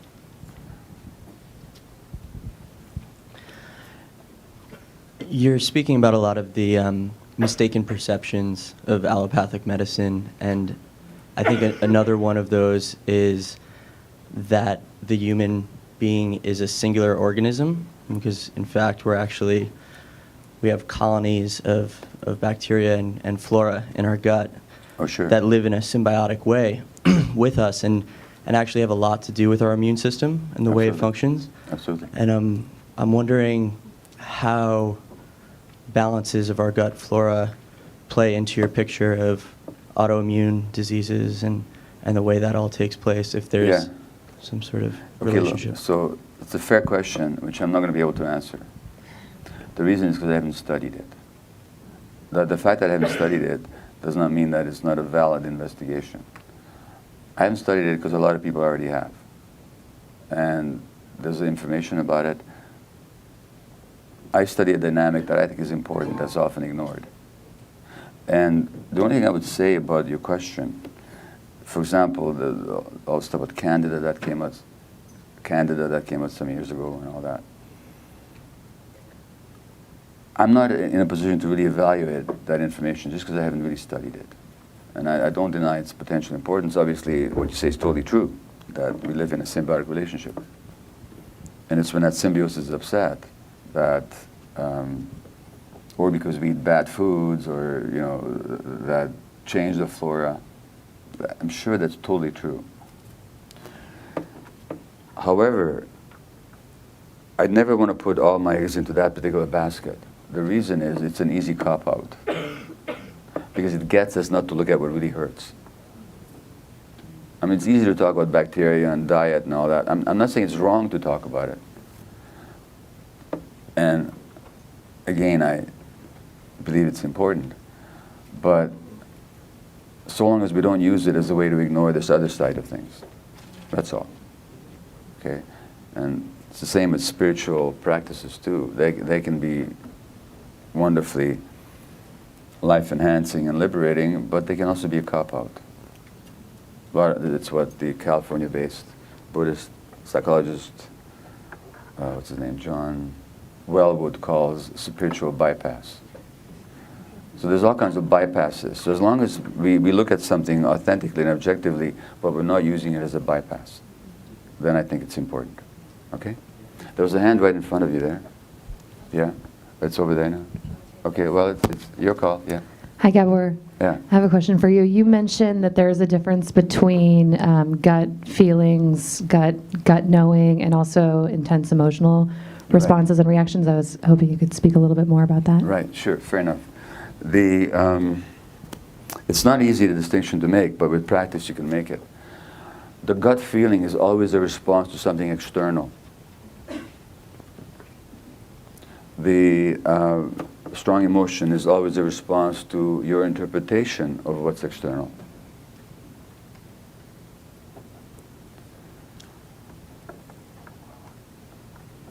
So that, and that I'll demonstrate for you later on.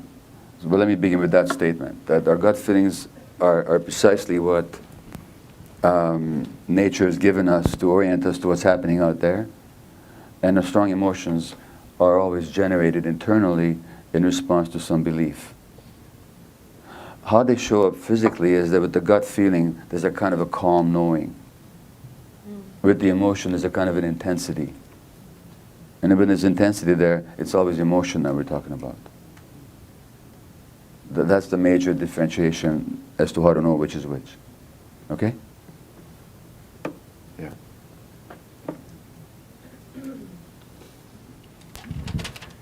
So all this is related to suffering, but what about the fact that we're all going to die?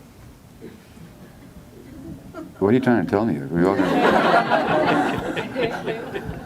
What do you? Sorry. Well, okay, yeah. So can which reminds me of my patient. What's that? Which reminds me of my patient, Mrs. Elfriede Moslinger, who was a lovely little Austrian lady who would come to me. She was in her 80s, and every time she came in with anything, "Doctor, am I going to die?" And I kept saying, "No, Mrs. Moslinger, you're not going to die." And then one day she came in with this rash on her hand, and so I prescribed the cream, and, "Doctor, am I going to die?" And I couldn't stand it. And I said, "Mrs. Moslinger, you know what? You are going to die. Just not because of this, and not right now." So I want to hear more about your question. I think the question really has to do with, you said that you were involved with palliative care and I had been, yeah. end of life. Yeah. So because we're going to reach that at some point, all of us, Yeah. then does this also relate to whether we have a good death? And what are you calling a good death? An authentic death, I guess? I want to know what you mean by that. I mean, I think you're asking an important question. I just really want to understand it.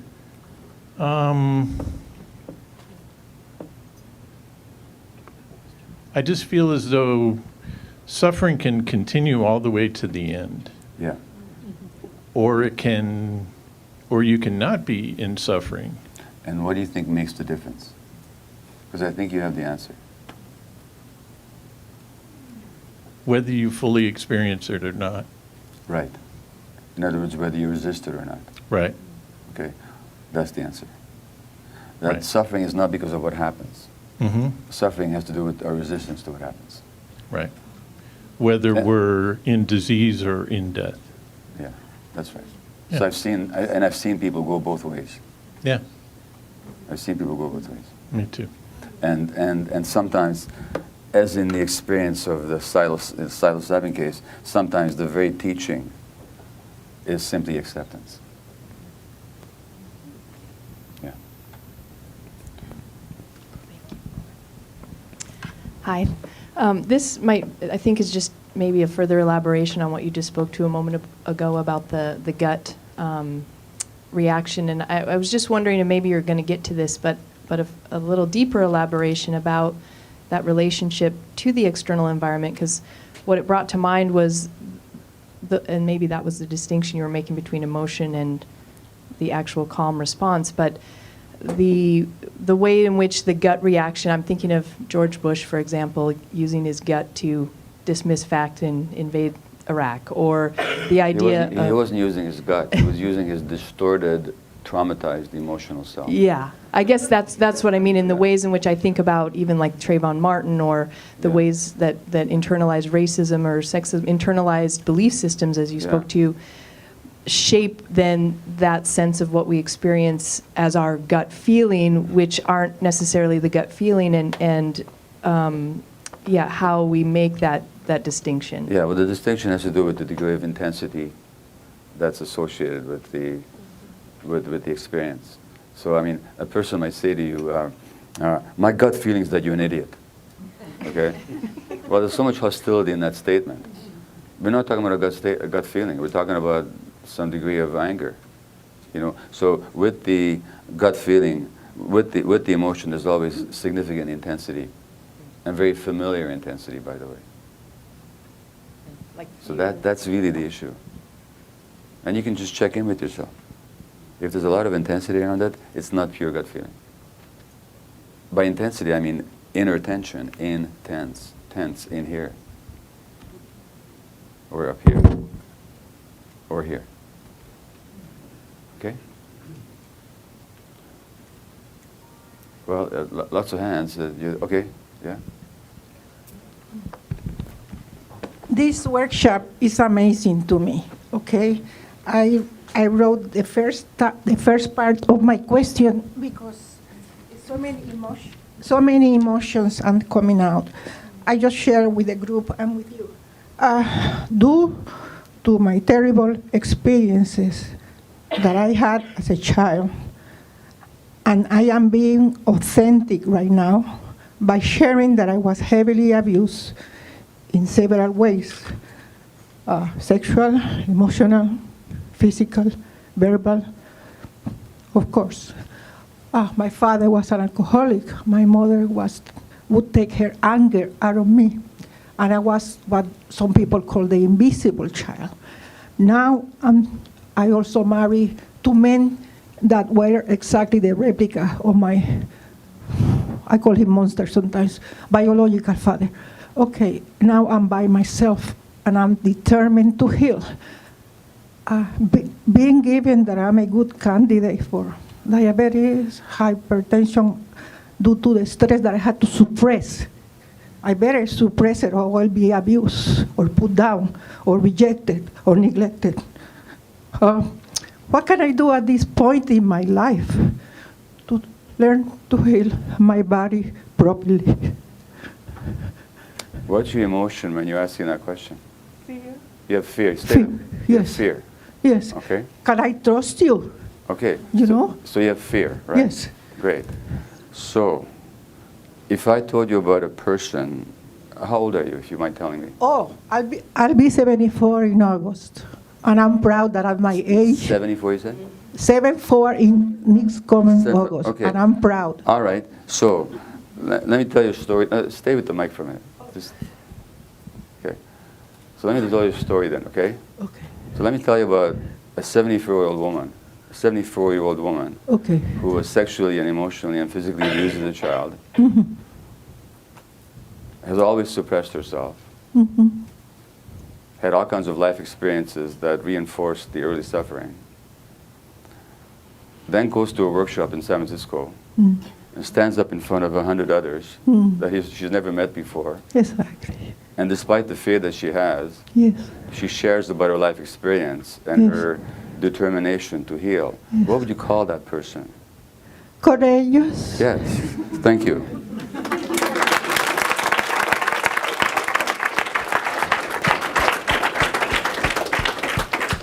You just stay with yourself, that's all. Just keep staying with yourself. I'm shaking right now. Yeah, sure. Yeah. Well, you shake for a very good reason. It's great that you're shaking. See, what trauma is not what happens. The trauma is not that you were sexually abused. You know what the trauma is? That you couldn't fight back or to escape. You couldn't fight because it was dangerous and you couldn't escape. So what your body did to keep you safe is you immobilized. You're immobilized. When animals are, this is the work of Peter Levine. I'm sure many of you know his work. When animals are, if you take a bear, for example, a polar bear, and you shoot him with a tranquilizing dart, so you can do experiments on him. And then when he comes out of the anesthetic, he'll shake. Because this is the flight or fight response that he couldn't do. And he'll shake it out of himself. And then he just shakes it off and he goes on in his life. And he does not keep saying to himself, oh my God, what they did to me was so terrible. You know, he just shakes it off. As a child, when the stuff happens to you that day, you couldn't do the shaking, you couldn't do the, so it was frozen in you. So that shaking is actually all that suppressed stuff coming out of you. That's what the healing is. Okay, thank you. All right, other questions?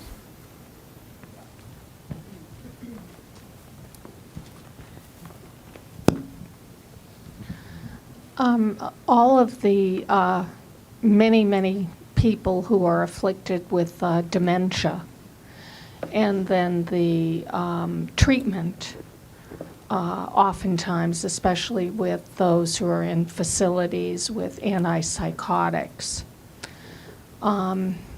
Is there any hope to help these people who possibly have forgotten horrible things that have happened to them, or some of the horrible things still remain with them? Can you speak about that, please? Well, dementia is the result of lifelong suppression. I have a chapter on that in When the Body Says No.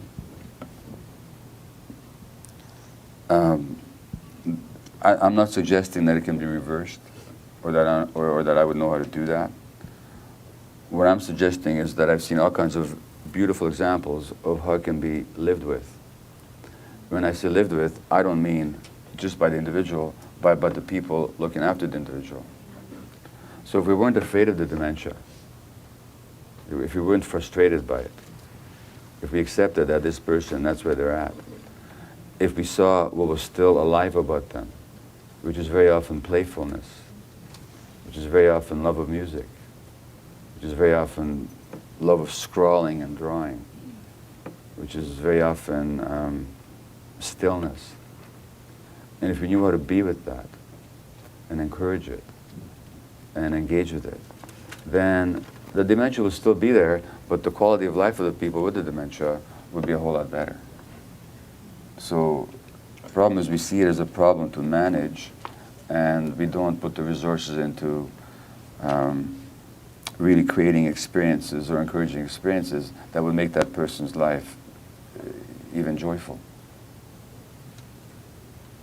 That's what I can tell you. Okay? I'll continue that. And since I'm going to curtail my talk because I do want to get to the part of working with you a bit, but I'm going to play you a piece of music. One of the people I wrote about in my book was the British cellist Jacqueline du Pré, who died with multiple sclerosis. And Jacqueline, when I looked up her biography, completely typical of everything I've been telling you. So she was one of these prodigies that was destined for greatness right from the beginning. And she was going to be a cello virtuoso. The only problem is she did not want to become a cello virtuoso. But she said that if I give it up, so many people will be disappointed. What she meant by that primarily is that her parents were disappointed, particularly her mother. Jackie could never express emotions. When she played the music, though, then she could. So she expressed the emotions through the music, but it wasn't a conscious expression of emotion. It was more like a channeling of emotion that she wasn't expressing elsewhere in her life. Audiences frequently wept at her performances because the performances were so emotionally laden. And they talked about her cello voice. And she felt that, she wrote that when she got on stage, it's like a wall that disappeared between her and the rest of the world, that only when she was on stage was she without that wall, because then she could really be herself. And typically, even after she began to have symptoms of MS, she would deny them and just say, oh, I just fell, I hurt myself. And when she married the brilliant Argentinian-Israeli pianist and conductor Daniel Barenboim, she molded herself to suit his expectations, so much so that she even began to speak with an accent that resembled his. And her sister, Hilary, wrote about her in her biography that Jackie always had to be the Jackie that circumstances demanded. Why? because when she was born, she was still in the maternity hospital of her mother when her mother's father died. The mother had been very close to her father, had a hard life herself, and Jackie became the surrogate parent as an infant. So she could never make a move on her own. As a matter of fact, when she was 7 years old, or 8, she said to her sister Hillary, "Hill, don't tell our mommy this, but when I grow up, I won't be able to move or walk," which is exactly what happened.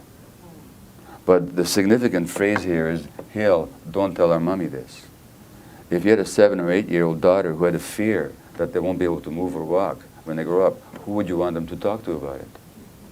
The fact is she couldn't.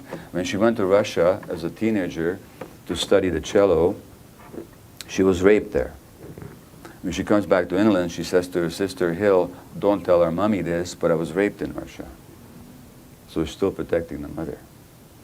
The piece I'm going to play you is the beginning of the Elgar Cello Concerto, Elgar being a British composer who created this piece in the First World War in 1917 when he was in a state of profound depression and despondency because of the carnage. In fact, he wrote at the time that everything good and nice and clean and fresh and sweet is far away, never to return. He was in his 7th decade, in the twilight of his years. And then the sister writes, Hillary, herself a musician, Jackie's ability to portray the emotions of a man in the autumn of his life was one of her extraordinary and inexplicable capacities. My comment is, extraordinary, yes. Inexplicable, perhaps not.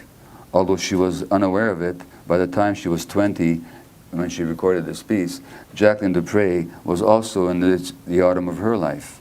The illness that was soon to end her musical career was only a few years away.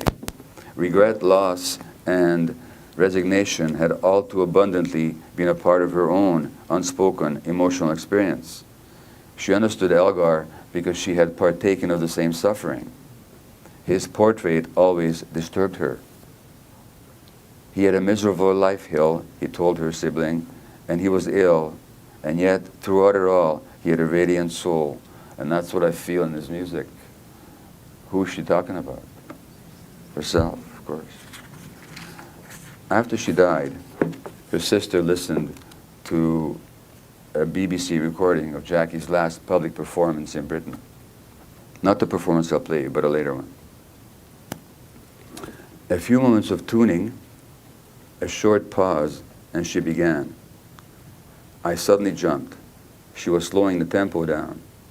A few more bars, and it became vividly clear. I knew exactly what was happening. Jackie, as always, was speaking through her cello. I could hear what she was saying. I could almost see tears on her face. She was saying goodbye to herself, playing her own requiem. Now, the piece I'll play, however, is the recording that she made at age 20.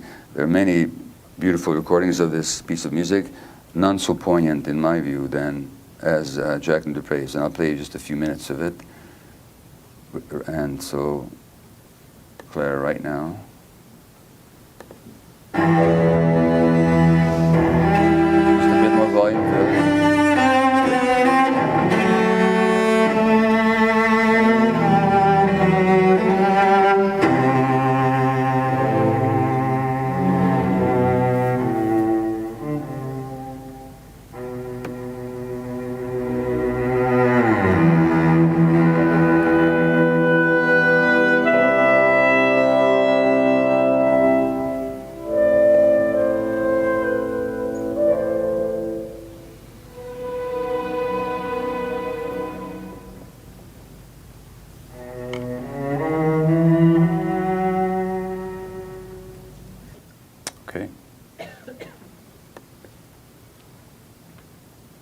So, yes? What was the name of that song if I want to look it up on iTunes? iTunes. It's the Cello Concerto of Edward Elgar, E-L-G-E-G-A-R, performed by Jacqueline Dupre, D-U-P-R-E,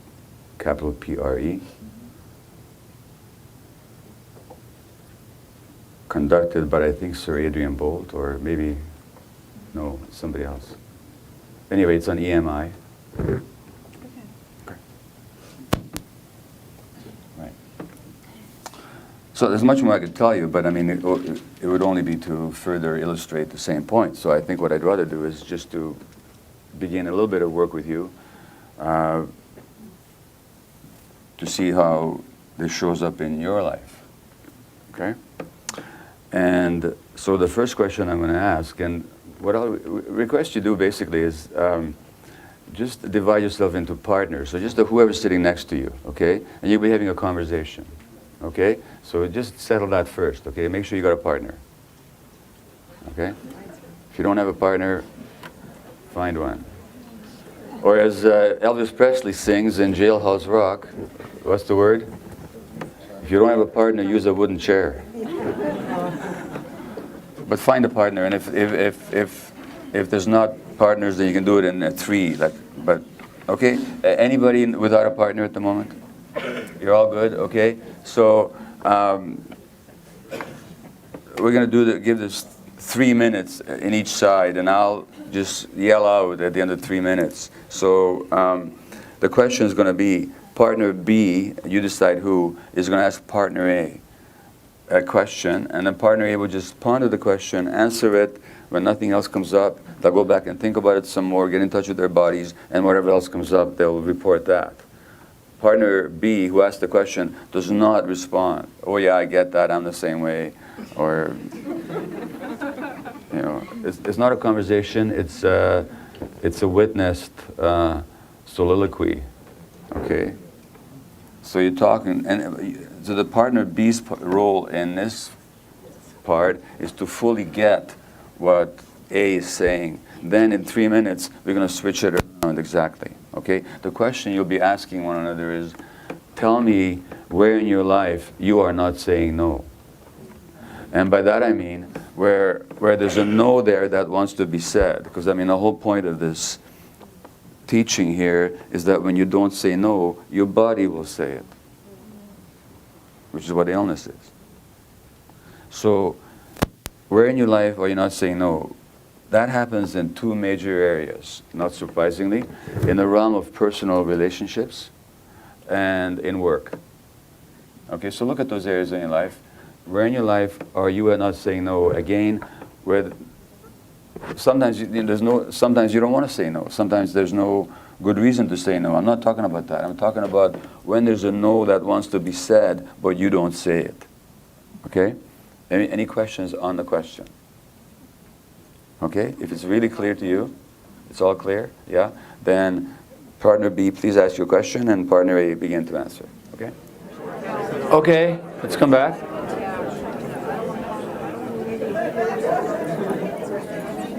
So, now we're going to continue, but no longer pairing up because simply we'll run out of time. So the question that many of you have is, what can we do about all this stuff? Well, one of the things you can do about it is once a day you can sit down and ask yourself, where did I not say no today? So become conscious of it. And you do so not with self-criticism or some kind of an attack on the self that, sure, I was such an idiot, I didn't say no. Why didn't I say no? Notice the difference. You can say, why didn't I say no? Is that a question? What is it? It's a statement. And the statement is, I'm a bad person. Or you can say, gee, I wonder why I didn't say no. Well, that's the question. Okay? So don't do it with that first, but do it with the second attitude. Just write down. Do it once a week if you want, once a day. I mean, it depends how important this work is to you, but where didn't I say no? Where there was a no that I didn't say it. Okay? So the second question I'm going to ask you now, and I'll just ask for people to put their hands up and volunteer, whatever comes up for you, is whether it's in personal relationship or whether it's at work or wherever it is, you don't say no. What is the impact on you of not saying no? What is the impact on you physically? What is the impact on you emotionally? And finally, what is the impact on your relationship to others when you don't say no? Okay? So let's start with somebody who's willing to talk about it a bit, okay? Anybody? Okay, great. A hand over there, if you don't mind. So, and your name is? Barbara, thank you. And so, if you just say, we're not going to ask you what's precisely, but in what area did you identify that your greatest difficulty saying no? Work. At work, okay. What is the impact on you of not saying no? Burnout. Burnout, which means? Which means unable to be present. I'm a psychotherapist, so unable to be present for myself, therefore unable to be present with my patients. Do you notice? That's fine, I'm sure it's true. But just say a bit more about it. I'm sorry. It's just to be an invisible shield. Remember the invisible shield on those commercials? So just say a bit more about that. Unable to be present for yourself and therefore for your clients. What do you mean by that?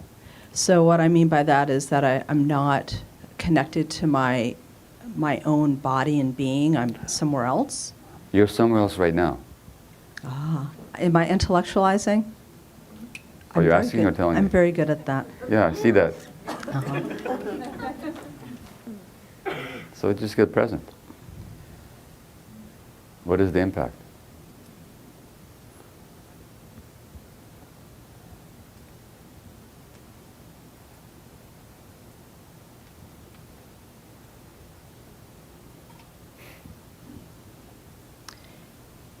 I'm having a hard time finding the words for it, but I know what I experienced last month. Never mind last month. What are you experiencing right now? And in this very moment, I'm actually experiencing quite a bit of calm. Calm, okay. I'm also experiencing, I'm feeling my body connected to the chair. Okay. Pretty intensely. Okay. However, I'm also, as I'm thinking about sort of the work piece, there's the fear that comes up, which is the financial fear. Well, the fear is why you don't say no, right? Mm-hmm. Okay? So that's not the impact of not saying no. That's maybe the cause of not saying no. So tell me more about the impact of not saying no. The impact of not saying no is the physical stress that it puts on my body. But Barbara, you're analyzing. Well, I was trained here at this very school to do that. Then there's something missing in your training. Perhaps. I mean, you analyze. By the way, you were not trained by this very school to do that. Mm. You've done it all your life. Mm-hmm. Have you not? Right, right. You came to the school because you wanted to keep doing what you were doing. Mm-hmm. Mm. Thank you for the validation. Yeah. Now, the impact, I understand, it's not that what you're saying is not true, but it's analytical. Mm. The body doesn't say, I'm experiencing the impact of, stress. What is the body saying? It says it in the form of heartburn, stomach ache, tension, muscle tightness, fatigue, sleeplessness, dry mouth, inability to sleep, headaches, any number of manifestations. So what is your body saying? The digestion gets impacted, and Oh boy. So you're still analyzing. I know. Okay, so should I just get really crude then? Crude? Yeah. What do you Around call- like what happens to my body? What do you call crude, by the way? Like saying the big F-bomb. Yeah. Just say what happens, if you're willing to. Uh-huh. If it's not comfortable, please don't. I mean, don't. You can say no to me, too. You can say, I don't want this conversation. Oh, sure. Yeah. I'm okay with that. Yeah. I have a tendency to get constipated. You get constipated, right? My throat closes. Right. To then the inability to vocalize and speak. Okay.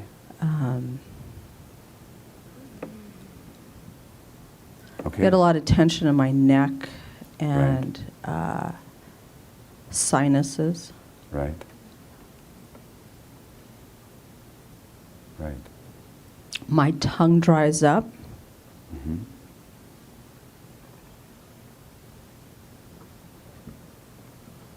My libido shrinks. Mm-hmm. My palms get sweaty. Okay. My feet get cold. You get cold feet, huh?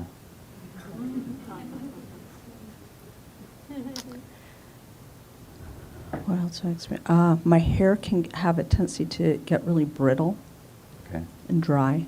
Yeah. My ears tend to build up with wax, more so.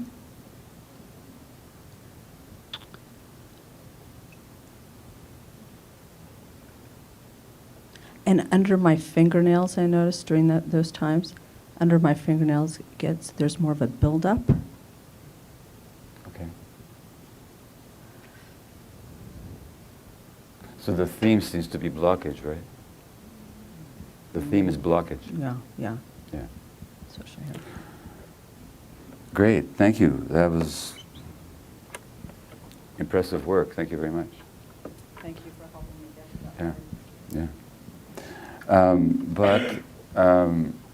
Okay, let's take somebody else, and I'm not going to keep. Here's a question I'm going to ask you now. Okay, so what is the impact? So this is a very eloquent depiction of the impacts of not saying no. So remember that article I read you where the ways we adapt to our early environment then become source of problems later on. This is a totally clear example of that, and I'm pretty sure that if we spoke about your childhood, we could identify exactly, and you probably already have, what exactly happened to do that. Now, however, your statement, and perhaps if the mic can go back to Barbara for a moment.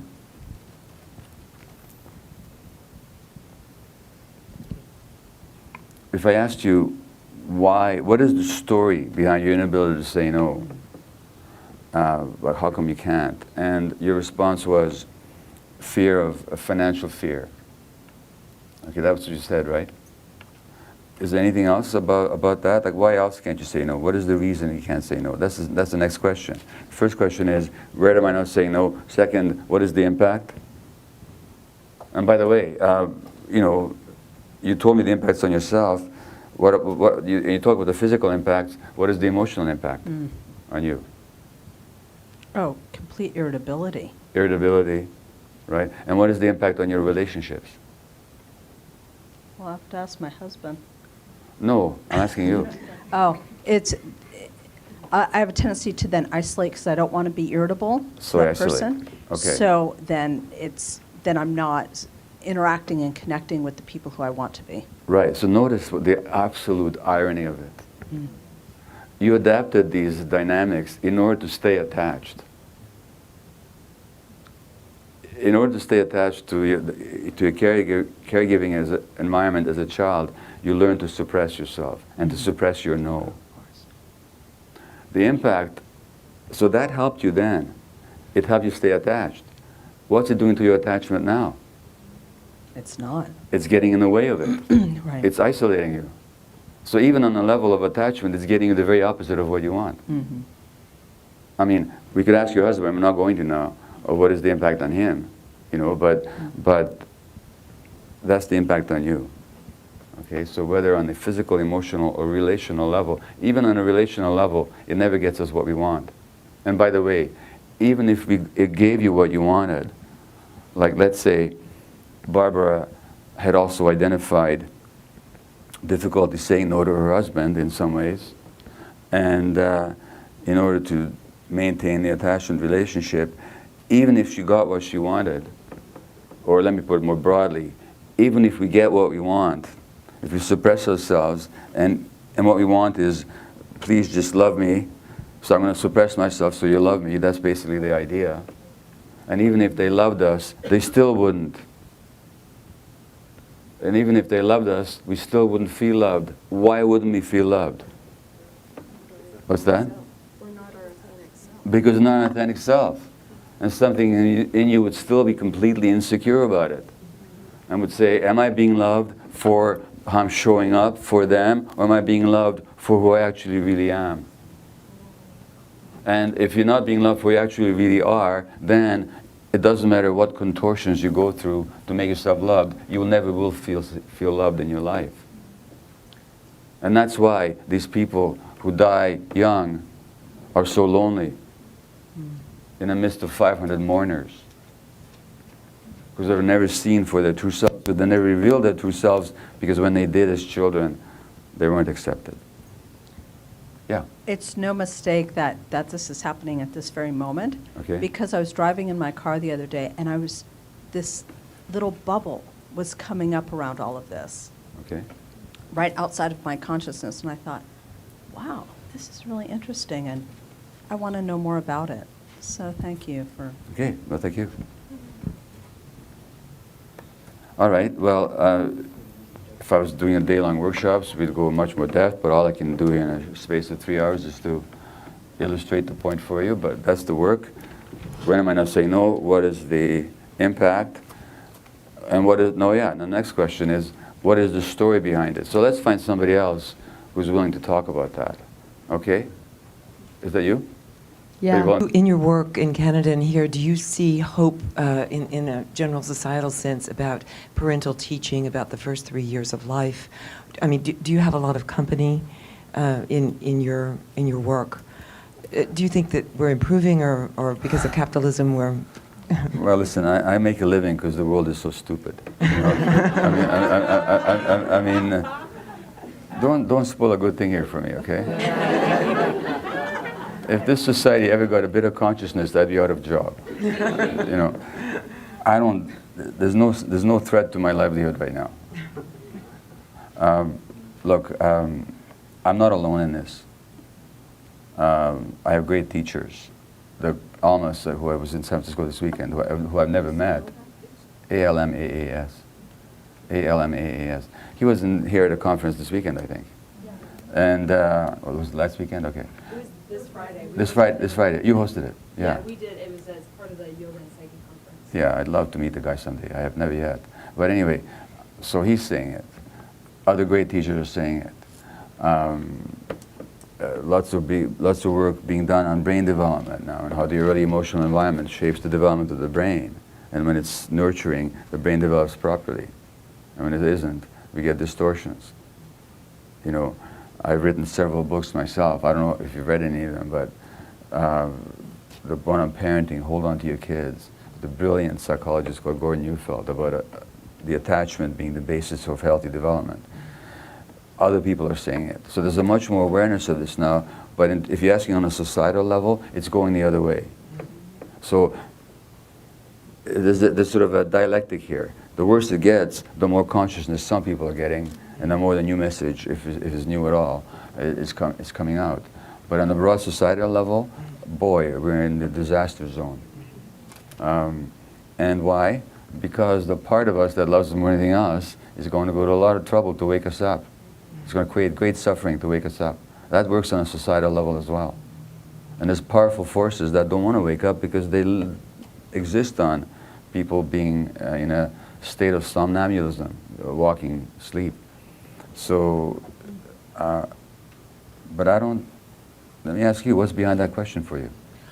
Oh, just wanting to feel hopeful, wanting to prevent some of the suffering that goes on. Yeah, if we can to reduce suffering. But you can't look for that hope outside of yourself. That's the road of despair. You know, on a societal level, I mean, look, what am I supposed to say when Fisher-Price comes up with a new toy, a new baby seat, which has got an iPad embedded in it for 1-year-olds? I mean, where's it going? So hope is not going to, what we can say is that more people are waking up, and as long as we wake up, we can also accept how things are in order to be with how things are so that we can work with it. So the hope is never outside of ourselves.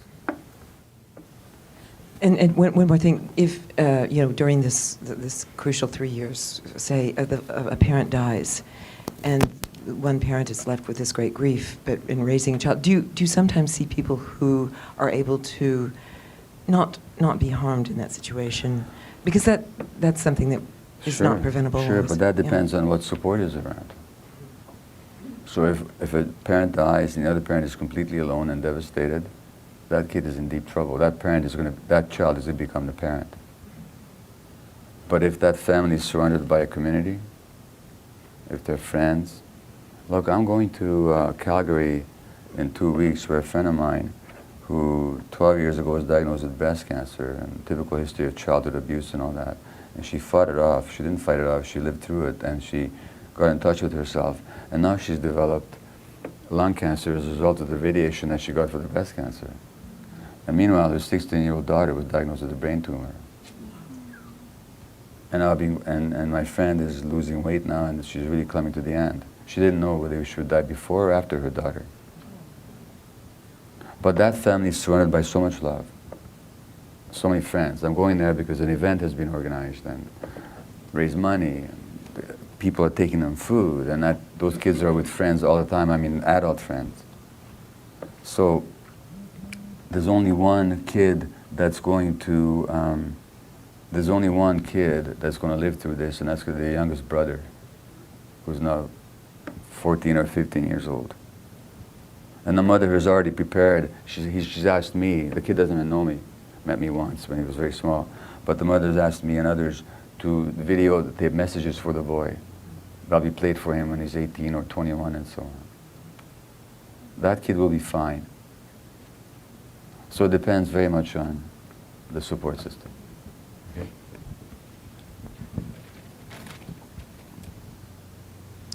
I just wanted to share something about healing. About? Healing. Yeah.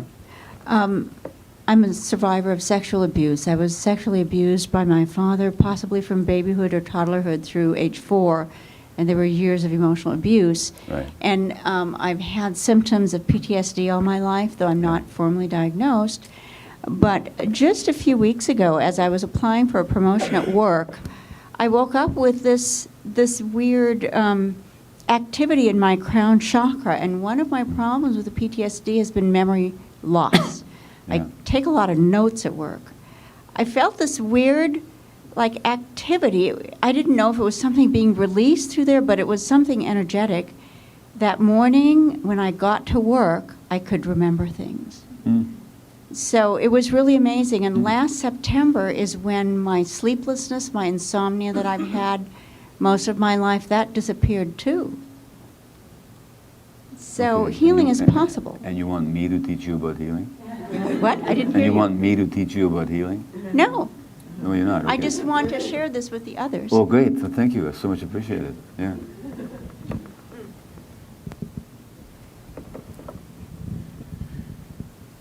In my life, I have a great disconnect between some symptoms that happen to me on nearly a daily basis of waking with dread and nausea and migraine headaches. Right. And yet, I can't make that connection somehow. I know... Connection to? To the childhood. Okay. I can make it somehow. I believe that it is part of my life and it has something to tell me, but I don't know what that is. And I don't really understand how to get from the point that I believe that's true to knowing what it can tell me. Okay.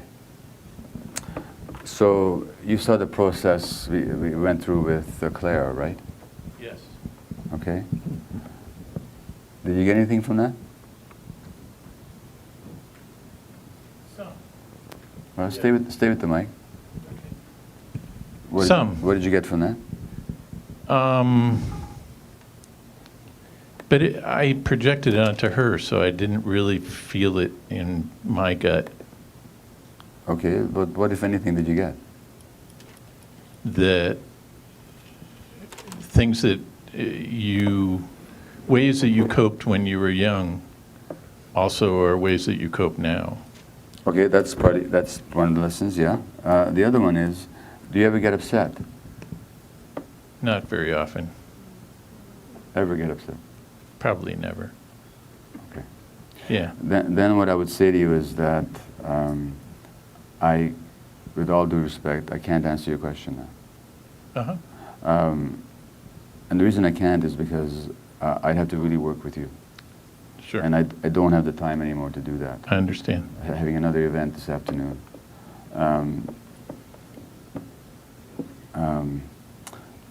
Let me tell you something that I do, and something you may wish to explore for yourself. That kind of deep disconnect actually speaks to the degree of trauma that you experienced. It's the very sign of it. Even though you don't have any way to remember, or I should say, recollect what happened to you, or to understand what happened to you. But it's in you. True. And it's showing up in your symptoms, and showing up in your very not recalling. It's showing up in that very disconnected self, because the disconnected self is the coping mechanism. Okay? And the never getting upset is a clear giveaway of just how suppressed you were. Right. Okay? So that's a memory too.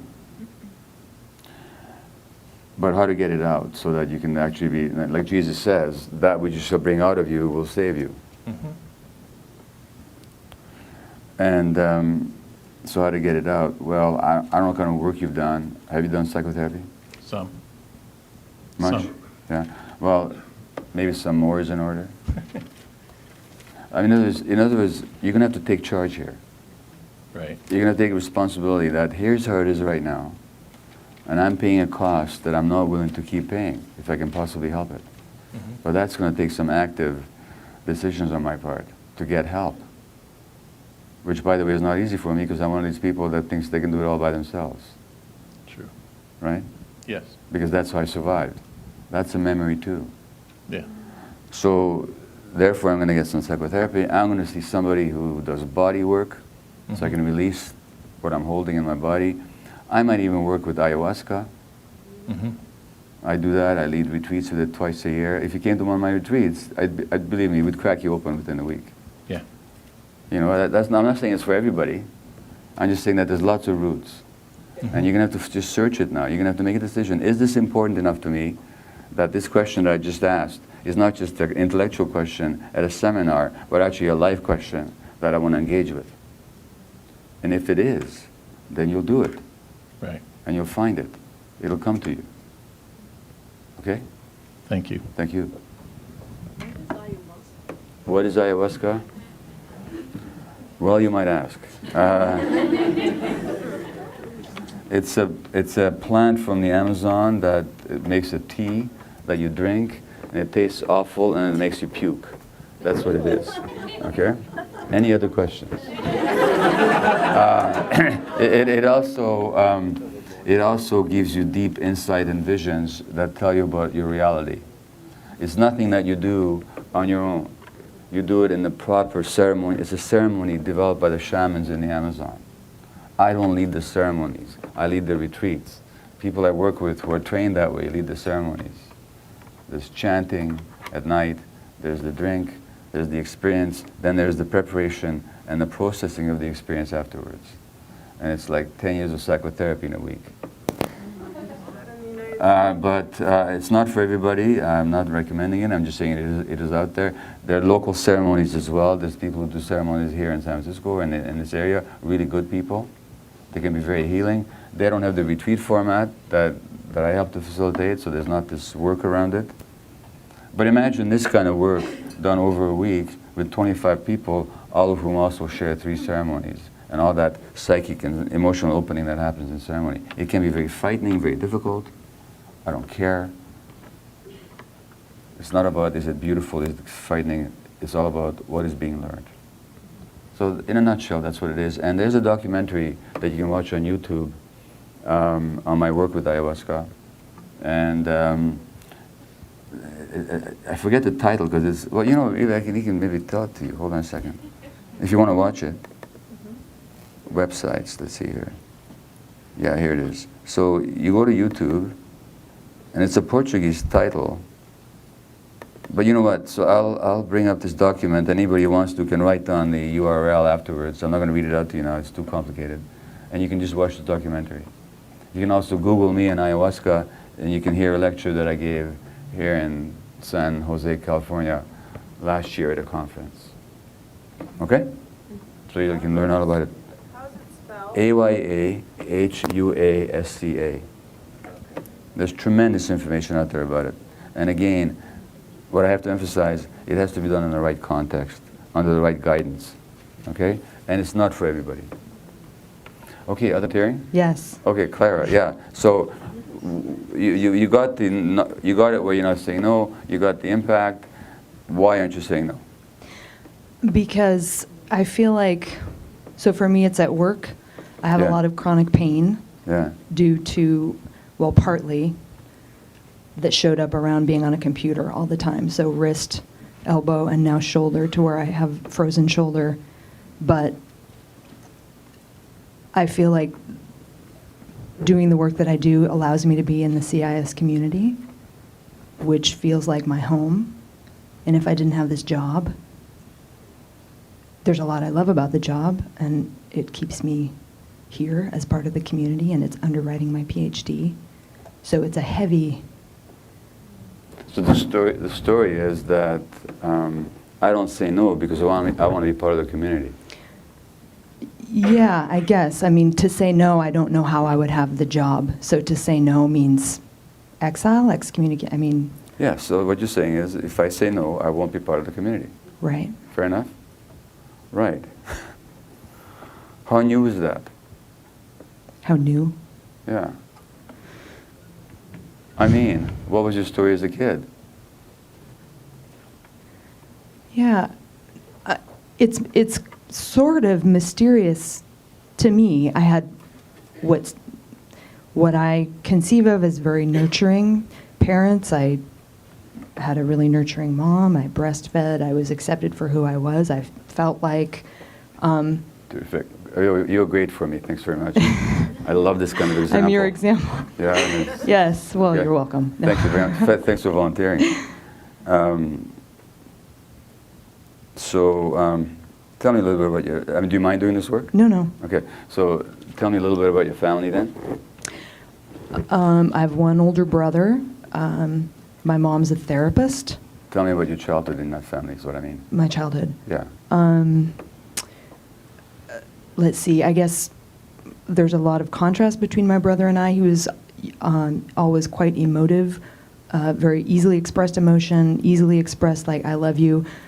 When I would get hurt or embarrassed, I would run to a closet or want to be not seen. Perfect. But you had wonderful nurturing parents and a great childhood. Yes. But when you were hurt, you ran into a closet. Right. What's wrong with this picture?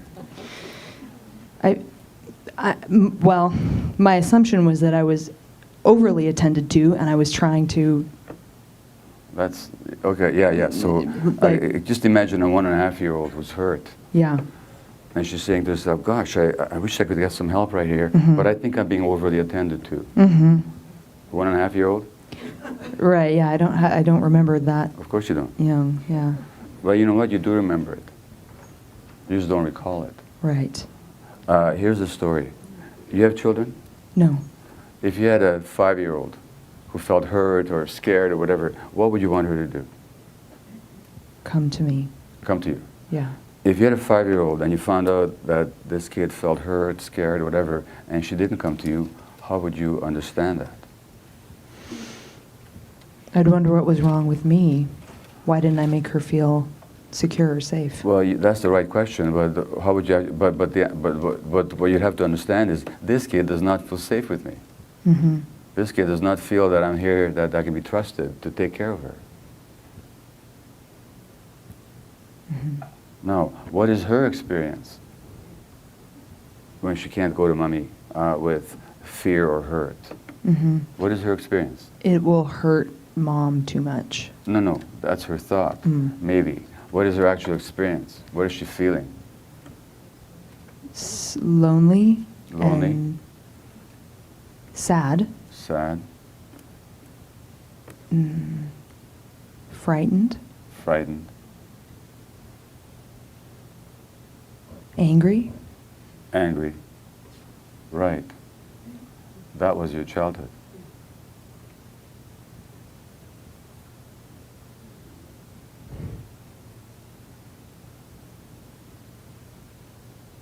Sure doesn't feel like that. I mean. Well, I mean, yeah. okay, all right. Maybe you were the one kid in the history of the universe. No, I'm not. I'm not saying it isn't the case. I'm saying. You say that your feelings don't it's- match up with that. Yes, I'm just saying that. Sure. Okay, well, look. Here's the thing. Yeah. It doesn't. There's a reason why it doesn't feel like that. Right. And the reason is that what would you have done if you had allowed your feelings to feel your feelings? Then what would your situation have been then?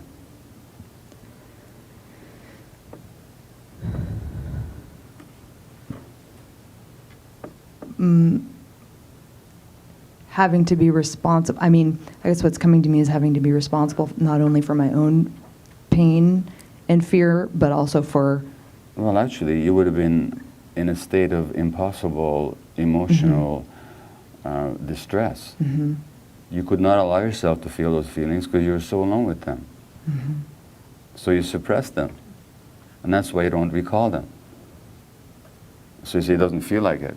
Right. But just imagine any Right. child for a moment cowering in a closet for fear of letting her emotions out. Mm-hmm. Just what do you feel when you look at that child? Well,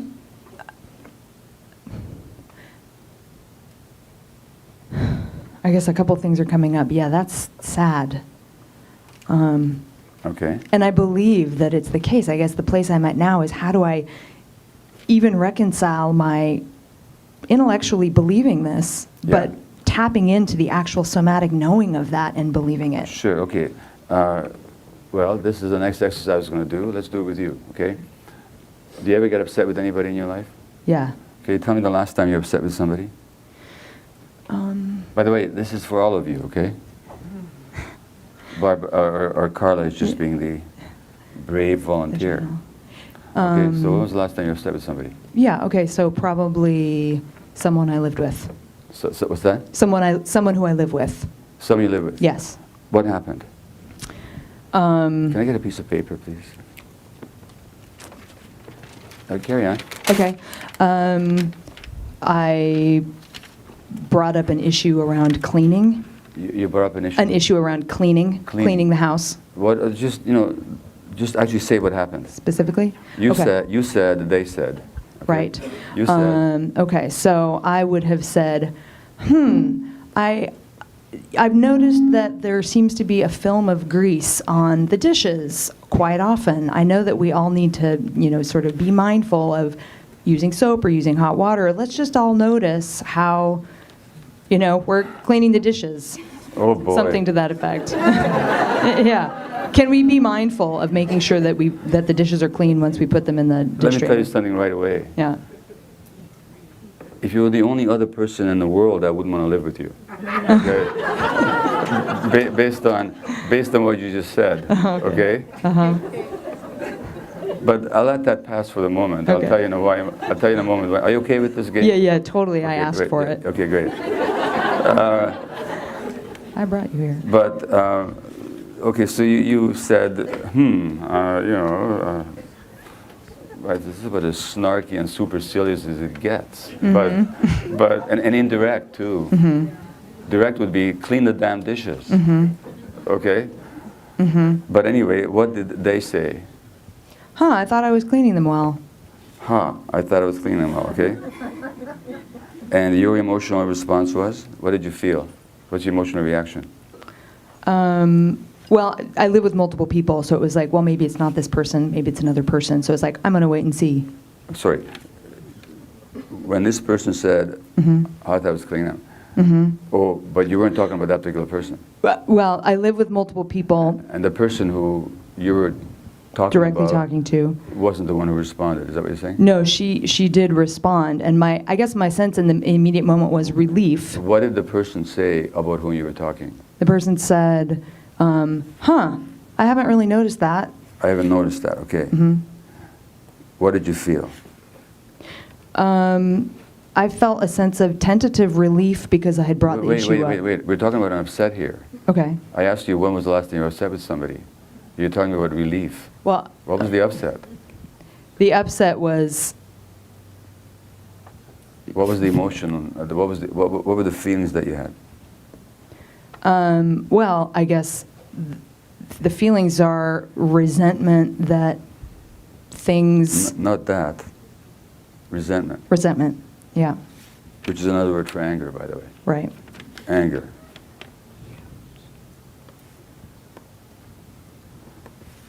Now, first of all, do you notice how difficult it is for you to get to the feeling? Mm. You start talking about tentative relief and all. What does it even mean to have what does it mean to have tentative relief? I mean, either have relief or you don't have relief. You know. Well, Look, tentative in that maybe the situation will change. Stay with me. Okay. Stay with me. This difficulty getting to your feelings is the memory of your childhood. Mm. Okay? But then you identify there's the anger there. Any other emotions there besides anger?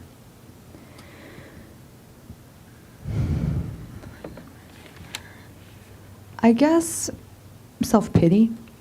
Notice the phrasing, I guess. Yeah, This is the memory of your childhood. Mhm. You distance yourself. So now you have to guess what your feelings actually are. I do. But self-pity, what's another word for self-pity? Because self-pity is an analysis. Mhm. It's not a feeling. Compassion for oneself? No, compassion is not the same as self-pity. No, let this person do her own work, okay? Don't rescue her. Sadness for Sadness, myself. thank you. There's Yeah. anger and sadness, right? Any tinge of hurt? Just ask. Yeah, sure. Okay? Anger, sadness, and hurt. Got it? Mm-hmm. Right. Now let me ask you, what did you feel anger and sadness and hurt about? As a child, you mean? No. In this incident that we're talking about. Mm.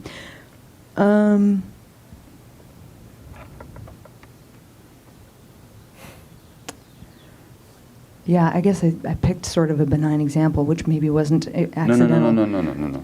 Yeah, I'm thinking about. This is the perfect example. Okay. Okay? I'm asking you, what did you feel anger, hurt, and sad about? That I guess my contributions or my level of comfort in the home or my needs aren't noticed. Your needs aren't noticed. Or respected. Your needs are not noticed or respected. Got it. Thank you. Mm-hmm. Now, we're going to ask other people in the room here to help us out for a moment, and then we'll come back to you. Okay? Mm-hmm. So we're not going to pass the mic around because there's no time for it, but for those of you that might possibly have an explanation for why this other person said what they said,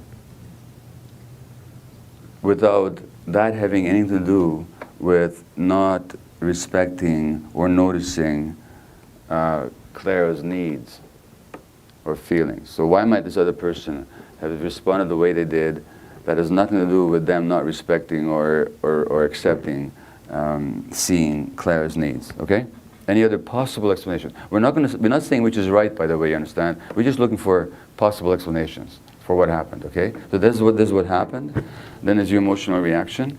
Then is your belief that this means that I'm not being respected and my needs aren't being seen. Let's see if there's any other possible explanations, okay? Yes? I would feel attacked if someone spoke to me. So perhaps the person felt attacked when you spoke the way you spoke, okay? Can you see that as a possibility? Sure. Yeah, what else? That person doesn't know what her needs are. That person doesn't know what your needs are, okay? And yes. They don't know how upset she is. They don't actually get how upset you feel, okay? Yes. They're okay with the dishes the way They're okay with the dishes exactly the way they are, okay? One more perhaps, yeah. They didn't notice her. They didn't notice what upset her. They didn't know what upset you. Okay, one more. she was saying was really what she meant, so an authenticity? Maybe they didn't quite get what you were saying or didn't trust where you were coming from, perhaps, because of the way you speak, because of the indirectness in your speech. And I'll give you one more. Maybe you train them not to notice your needs. Okay? Now, you hear all these possible explanations. So there's 8, 9 different explanations here. Are you with me? Yes. That potentially explain why person X said what they said. Then there's your explanation, which is that they don't respect or see my needs. Okay? Which of those is most hurtful to you? My version. Your version. Mm-hmm. Great. Well, let's notice something. See, this is all about the fact that you don't think you remember your childhood. Mm-hmm. Okay? So stay with me here, okay? Mm-hmm. Let's notice something. There were 10 possible explanations. You chose the worst possible one. Mm-hmm. You see that? Mm-hmm. That's the first point. The second point is, you didn't choose it. Because it's not like you went through all these other 10 and you asked yourself, well, which could be true here? Oh, it must be this one. It was totally automatic, right? You see that too? How automatic it was? That's the second point. The third point is that you didn't react to what happened. What did you react to? You reacted to your interpretation of what happened.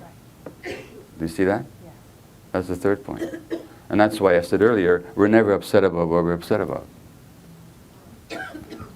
Now the question is, why, and by the way, Clara, you're not any different from me, you're not any different from anybody else here. This is how it goes. That's the whole point. That's why your volunteering is such a gift. But here's how it goes. The question is now, why? Why does this happen? Why does the mind automatically go to the worst possible explanation? And why, it's because that's your memory of your childhood. You're not in your present. You're not in the present. You're in the past. Remember I said in the beginning that the thing is to redeem ourselves from our history.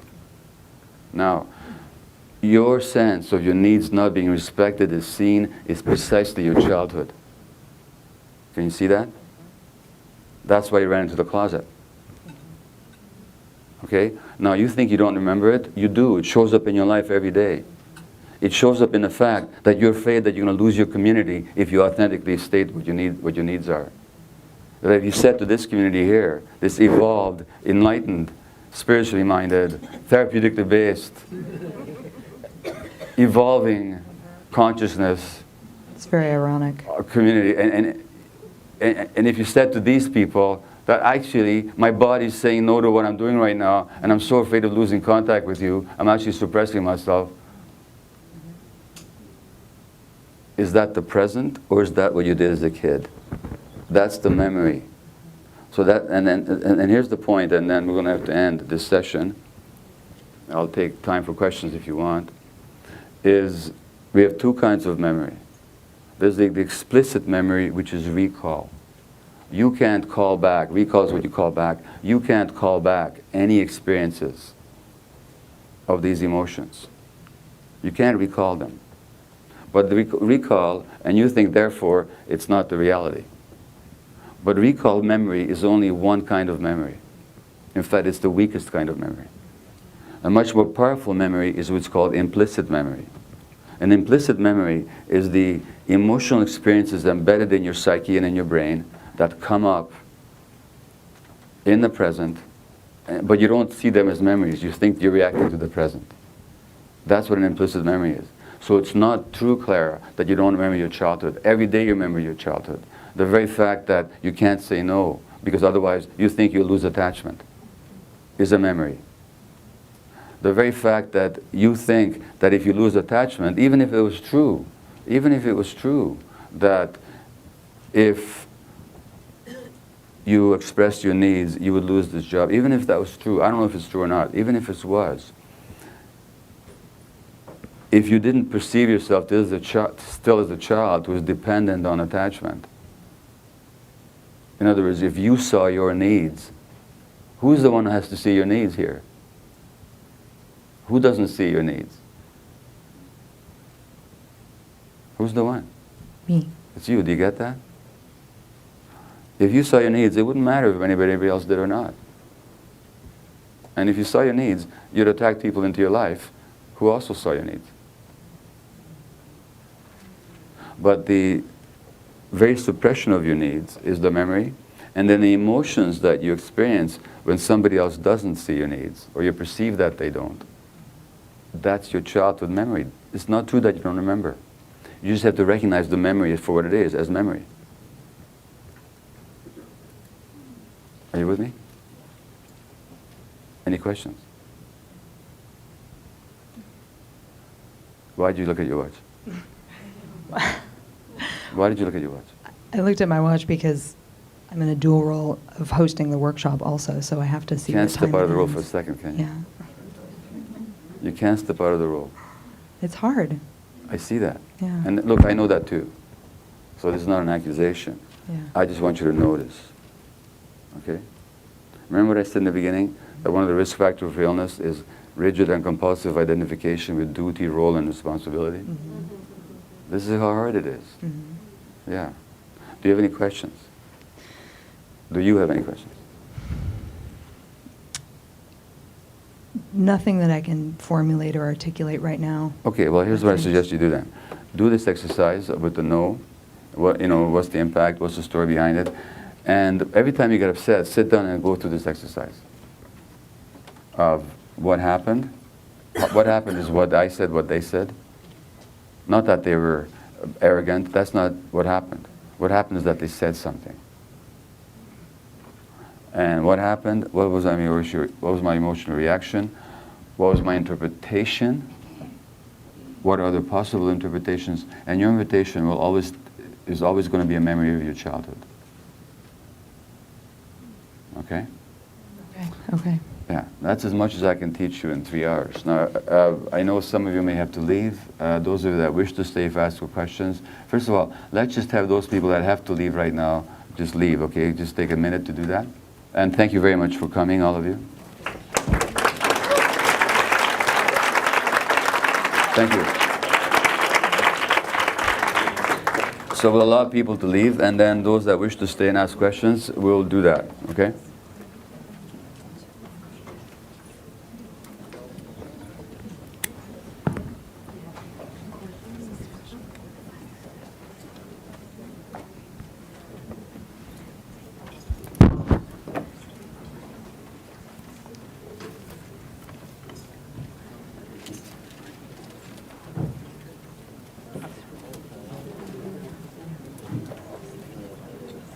Is that okay if you stay a few minutes to ask questions? That's fine. Yeah.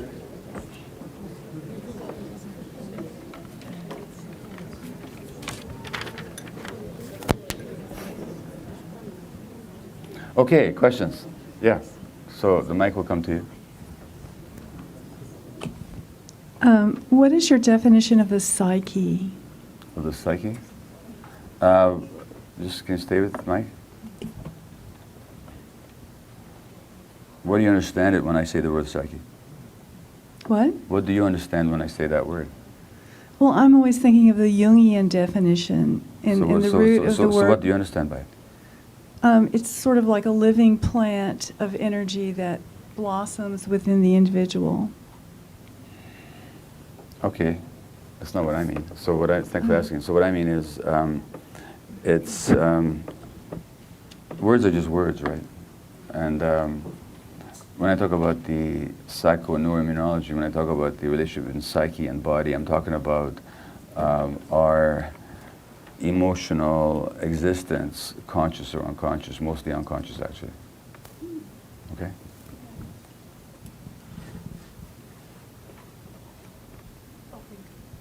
So that our body is responding to our unconscious beliefs and unexpressed emotions. Yeah. I feel I have to be a perfectionist due to adaptation. Yeah. Okay. How at this stage in my life can I learn to recognize where I'm coming from? Is it my... Well, look, first of all, you said you feel like I have to be a perfectionist. That's not a feeling. That's not a feeling. That's not a feeling. A feeling is I'm tired, I'm hungry, I'm sad, I'm angry. Those are feelings. Okay. That I have to be a perfectionist is not a feeling. What is it? A belief. It's a belief, right? A wrong belief. It's a belief. Wrong or right, it's a belief. And you probably understand by now that the belief is what you adapted, if you will, in order to survive your childhood. So that every time the question of I have to be perfect comes up for you, you're going to have to be conscious of it. And asking myself, okay, I have this belief that I have to be perfect. Is that really true? Or is that still just my childhood? And then, and what is the impact? I really wanted to talk to you. So that's okay for you to leave, because if you need to do that, that's fine. You actually have it right. I got it, yeah. So my request is that you send me an email. Sure. Okay? You're welcome. What's your name? Natalia. Natalia. Okay, I'd just like to speak with you sometime. Okay, so you can get my information from Clara. Perfect. Thanks so much. Yeah, thank you. I might be able to stay back. I have it right working for me. But that's fine. So whatever works. Okay, I just wanted to complete our conversation. That's all. Sure. Okay, thank you. Yeah. So you're gonna have to ask yourself, recognize. Okay, I got this belief that I have to be perfect right now. Is that really true, or is it just my own childhood stuff showing up? And then you have a decision to make. So it's going to be practice for you. Right. Just notice it every time it comes up for you. There's no big how. It's not going to go away right away. It's wired in your brain very deeply. Mm-hmm. So it's going to keep coming up. You might even go home after this workshop and you're going to say to yourself, oh, geez, I should have asked something different. It's happening right now. Yeah, okay. Right. Well, yeah, so notice it. Just notice it. Just notice it, allow it to be there, but decide for yourself whether you want to continue to feed that belief or not. Okay? You're welcome. Any other questions? Yeah?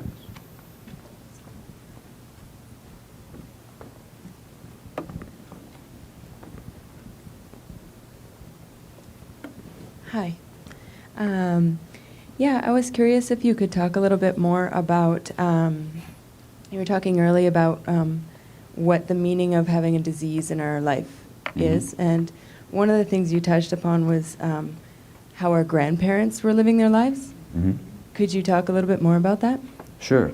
First of all, in a study of mice recently, it was shown that when the grandfather is stressed, the stress is passed on through the sperm to the grandchild. So that it's passed on epigenetically. Certain biological mechanisms will happen that the grandchild will inherit. That's one way that it's passed on. The second way that it's passed on, of course, is that if my grandfather was a very angry man who threatened his children, then my mother will grow up very fearful, especially of anger. So then when I'm 1.5-year-old and I get angry because I can't have a cookie before dinner, she's threatened by that. And she will then get very sad or upset or withdraw emotionally from me when I'm angry. Then I learn to suppress my anger. So this is how the grandfather's stuff was passed on to me. And of course the grandfather's anger was caused by stuff that happened in his childhood. And that's why it says in the Bible that the sins of the fathers are passed on through the generations. Was that clarified? Okay, thank you. Hands.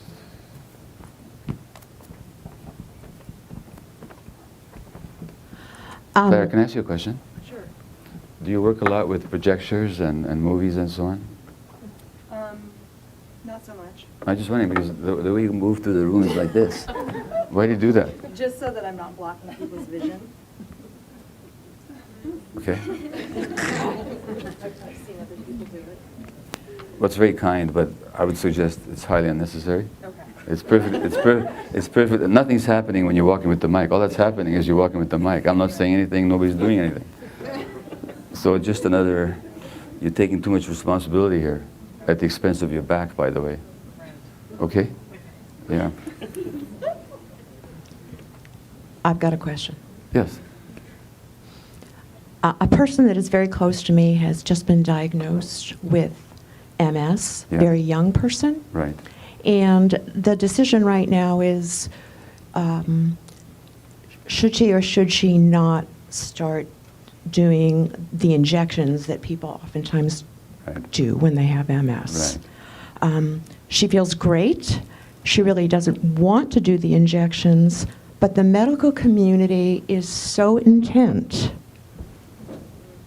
on telling her she must or else. Her neurologist, okay, you must do this or else. What is the else?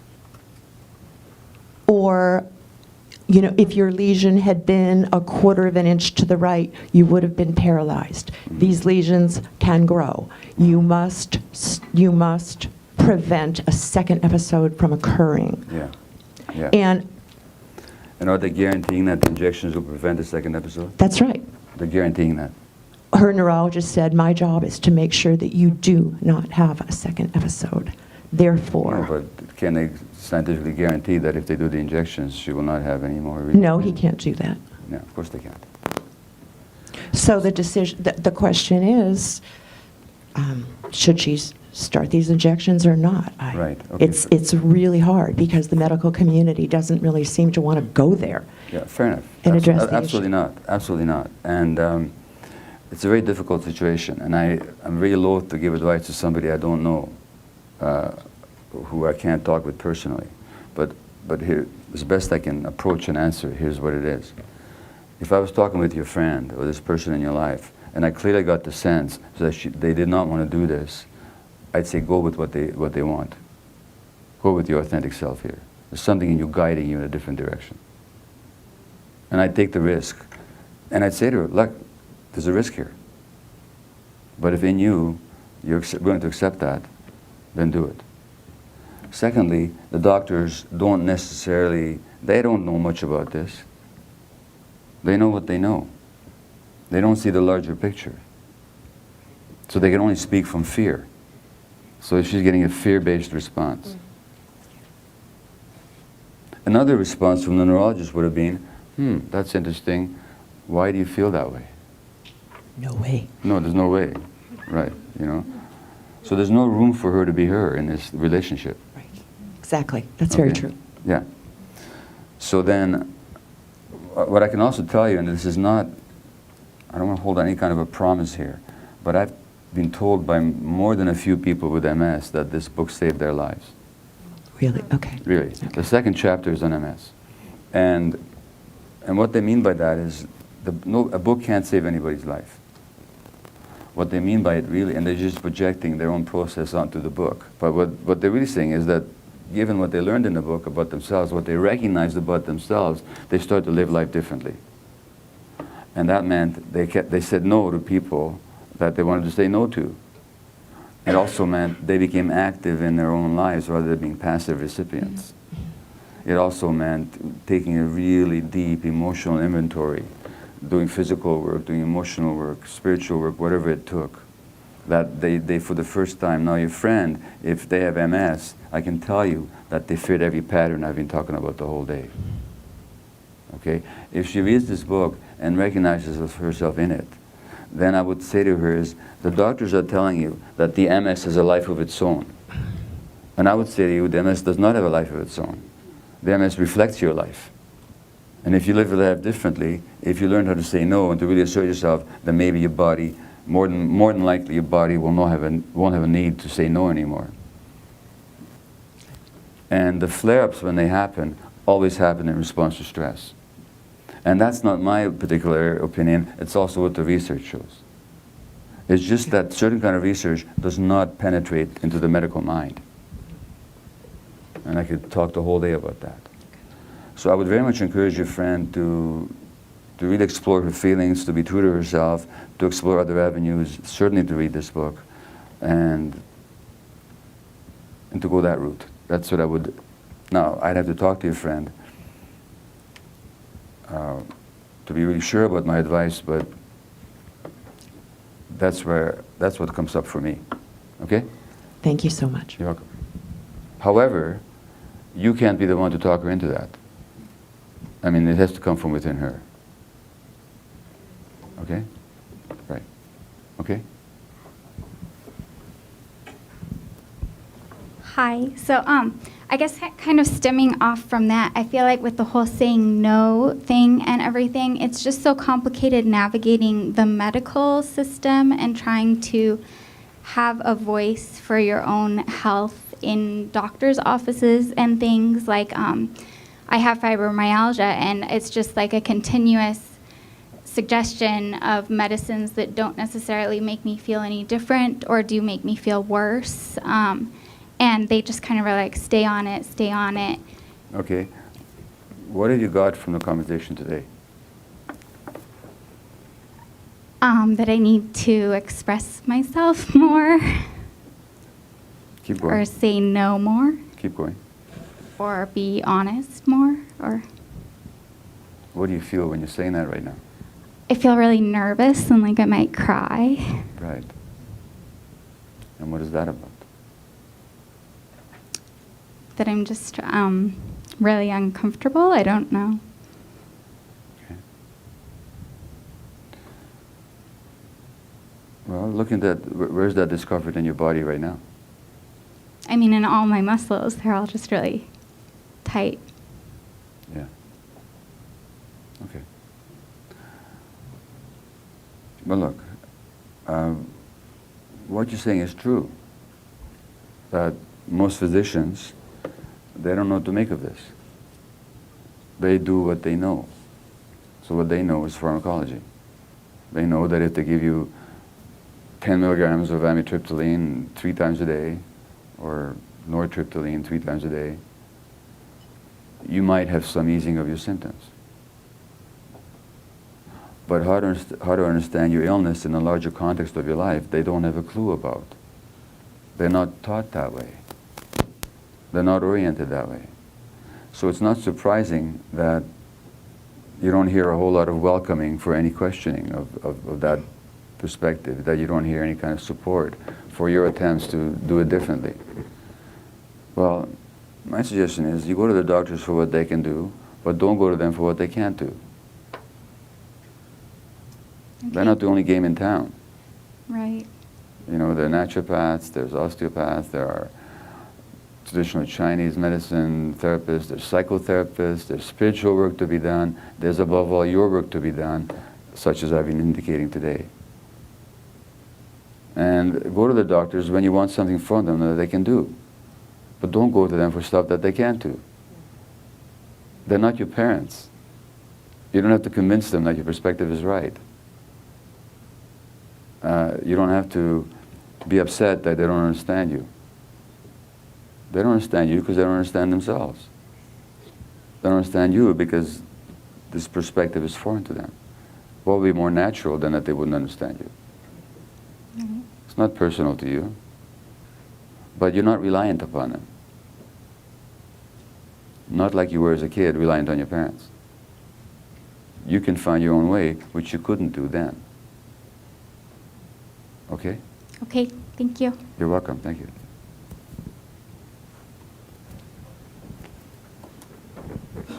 Hi, I read your book, In the Realm of Hungry Ghosts, and it's amazing. Thank you. I just wanted to say that I think the way that it's impacted me not saying no in my life, and I'm a psychotherapist as well, I didn't go to the school though, but you know, I think I got sick. When I was 25, I came down with a hyperthyroid. Mm-hmm. And then 3 years later, endometriosis. Right. And it seemed like you would think that would be kind of my rock bottom for my codependency issues and my inability to say no. But it wasn't. So it wasn't until I faced someone else's addiction that I was actually brought to Al-Anon. And Al-Anon is what really helped me to figure out what it is that, who I was and what I was feeling and why I was such a people pleaser and why I had no voice. Right.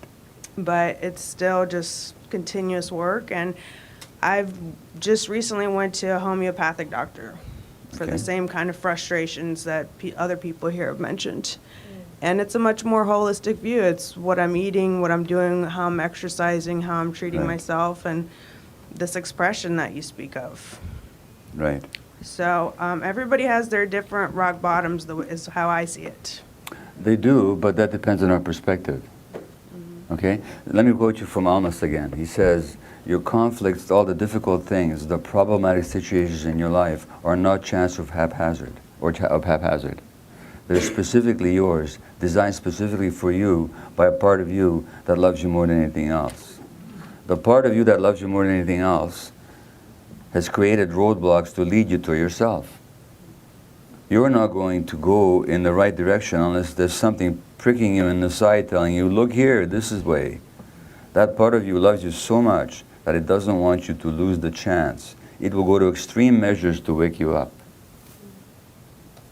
It will make you suffer greatly if you don't listen. What else can it do? That's its purpose. So in your case, the party that loves you so much, so this person is not getting it. Let's make her hyperthyroid. And then you got hyperthyroid, you got treated for that. And then you still didn't get it. Because nobody led you, you didn't understand, and nobody led you to understand that there's a teaching here for you. So then the party that loves you more than anything else says, okay, let's give her endometriosis. Let's give her some pain in her pelvic area.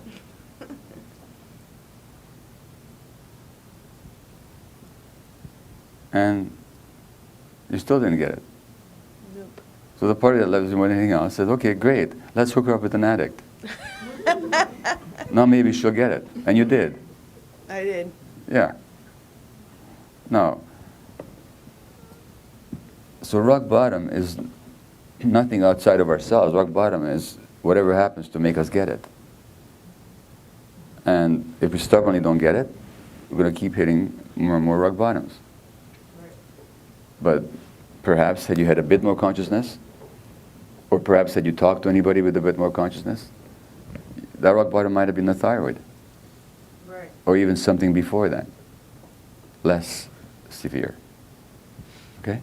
Yeah, thank you. All right, thank you.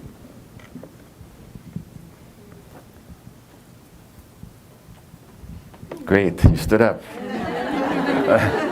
She stood up for herself.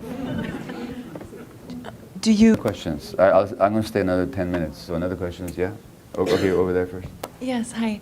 I think that what you've shared so far shows that it is about the consciousness and responsibility that you bring to whatever practice you bring. But I wanted to ask about what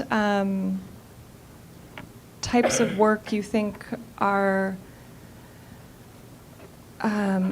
like most allow this type of consciousness that you're talking about to make its way in the world, because you've talked about, you know, conscious or unconscious medical community or even a therapeutic community. So I think it's perhaps more what you bring to it, but what type of work would you say is most kind of in tune with this type of consciousness? Yeah. Okay, well, thanks for the question. I don't know that I have that kind of an answer. I know that there are many kinds of work out there, and people have to find their own particular path. I personally am still doing with somebody else. I'm the recipient of this work, if you like.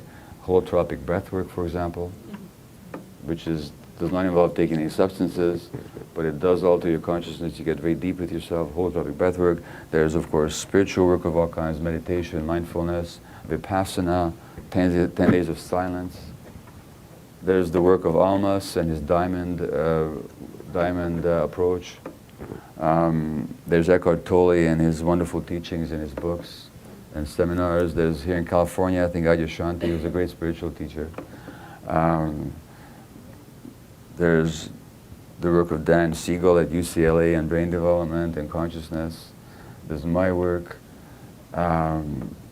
You're gonna, you know, I can't make one particular. There's the ayahuasca work that I've engaged with, very powerful. But there's no one size fits all, and it all comes down to, in the end, it all comes down to whatever you can do to elevate your level of consciousness or awareness, and your ability to accept and be with whatever is arising. Were you going to say something else?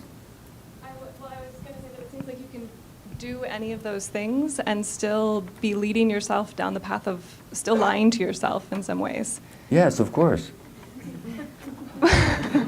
So what? You want to be perfect? I just want to get closer. You want the instead- magic I don't pill. want to be walking in the wrong direction. Well, you're going to have to keep checking in with yourself. There's a guide in you that'll tell you. Okay? You can't figure it out here. You can't figure it out up here. You can't.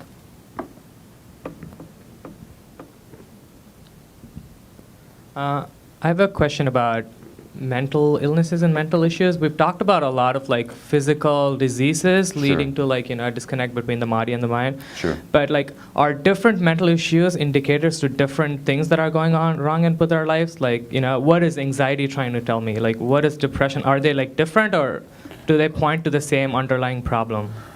Yes, they do. Remember that quote that I read you? Let me see if I can find it again, just to read it again.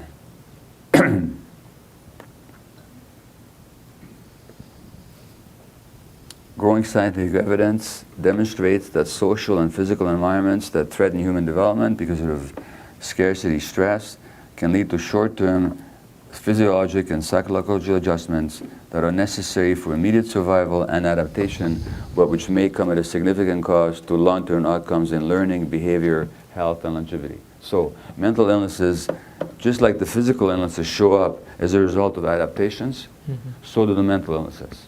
So let's look at depression. How can depression be an adaptation? Well, we already said that depression means pushing down. Now, as I said earlier, if my mother can't handle my anger when I'm a year and a half and I can't have that second cookie before dinner, and I'm going to be angry and she's going to be threatened, then in order to maintain a relationship with her, I'm going to depress my anger. And 10, 20 years later, 30 years later, I'm diagnosed with depression. Okay? ADHD, which I've been diagnosed with, by the way. Tuning out, that's my first book. The American title is Scattered. And what is that? Tuning out is not a disease. This is not a disease like the doctors say it is. What it actually is, it's a coping mechanism. Why would a person tune out? Because the stress is too much. And if the person is tuning out when the brain is developing in the first few years, which is when it does, then the tuning out becomes programmed into the brain. It's a coping mechanism that later on creates problems in learning. What are the reasons for anxiety? Anxiety, as my friend Gordon Neufeld, co-writer in my book Hold On to Your Kids, says, anxiety is an attachment alarm. So that attachment is a need to connect with somebody, to be close, in order to be taken care of as children, or as adults, to take care of children. So attachment is that drive for closeness, proximity, emotionally and physically. When the attachment is not available or it's not working, anxiety goes off like an alarm so that the kid can scream for help. Oh. And that's why babies cry at night, and that's why it's so terrible not to pick up babies who cry. Okay? Now later on, if that baby is not picked up, or the attachment relationship is somehow continually being disrupted because of stuff on the part of the parents, the anxiety becomes embedded. So what begins as a coping mechanism ends up being what we call a disease. And ultimately the solution, of course, is it doesn't matter if you're 35 years old and all of a sudden you reconnect with your parent, it's still not going to help you, because who you really have to reconnect with is yourself. Now, as a child, you couldn't do that. As an adult, you can. But it did begin as a coping mechanism. Okay? Thank you. Thank you. And that's the last question I can take. Thanks very much for your attention. Thank you.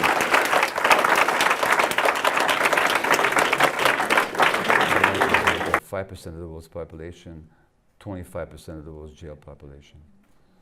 So in the world, every fourth or fifth person in jail is a citizen of the land of the free. That's as much sense as our drug policies make. When it comes to treatment, this will be my final point. The good news is that the brain can develop even later. People can heal. That's a capacity inside all of us. But we don't need to be punished. We don't need to be ostracized. We need to be dealt with compassion and understanding. And we need to heal the trauma that underlies the addiction And then we can worry about, at the same time as we try and regulate the behavior, we need to deal with the underlying trauma. Because if we don't, all that happens is you're going to go from one addiction to another. You might give up your drinking, but you'll eat a lot. You might give up your smoking, but you start drinking. You might give up this, and you end up acting out sexually. Something's going to happen. Because the addiction process is the same. The targets can be different. So I'm going to, and by the way, we use this word recovery for the word healing from addiction. What does it actually mean to recover something? What's the word mean in English? What do you do when you recover something? You get it back, which means to say that whatever you got back wasn't destroyed in the first place. If it was, you couldn't get it back. And those of you that have recovered, if you have, what did you find again? Yourself, exactly. Which means that there's a true self that was never destroyed, never damaged, couldn't be damaged or destroyed.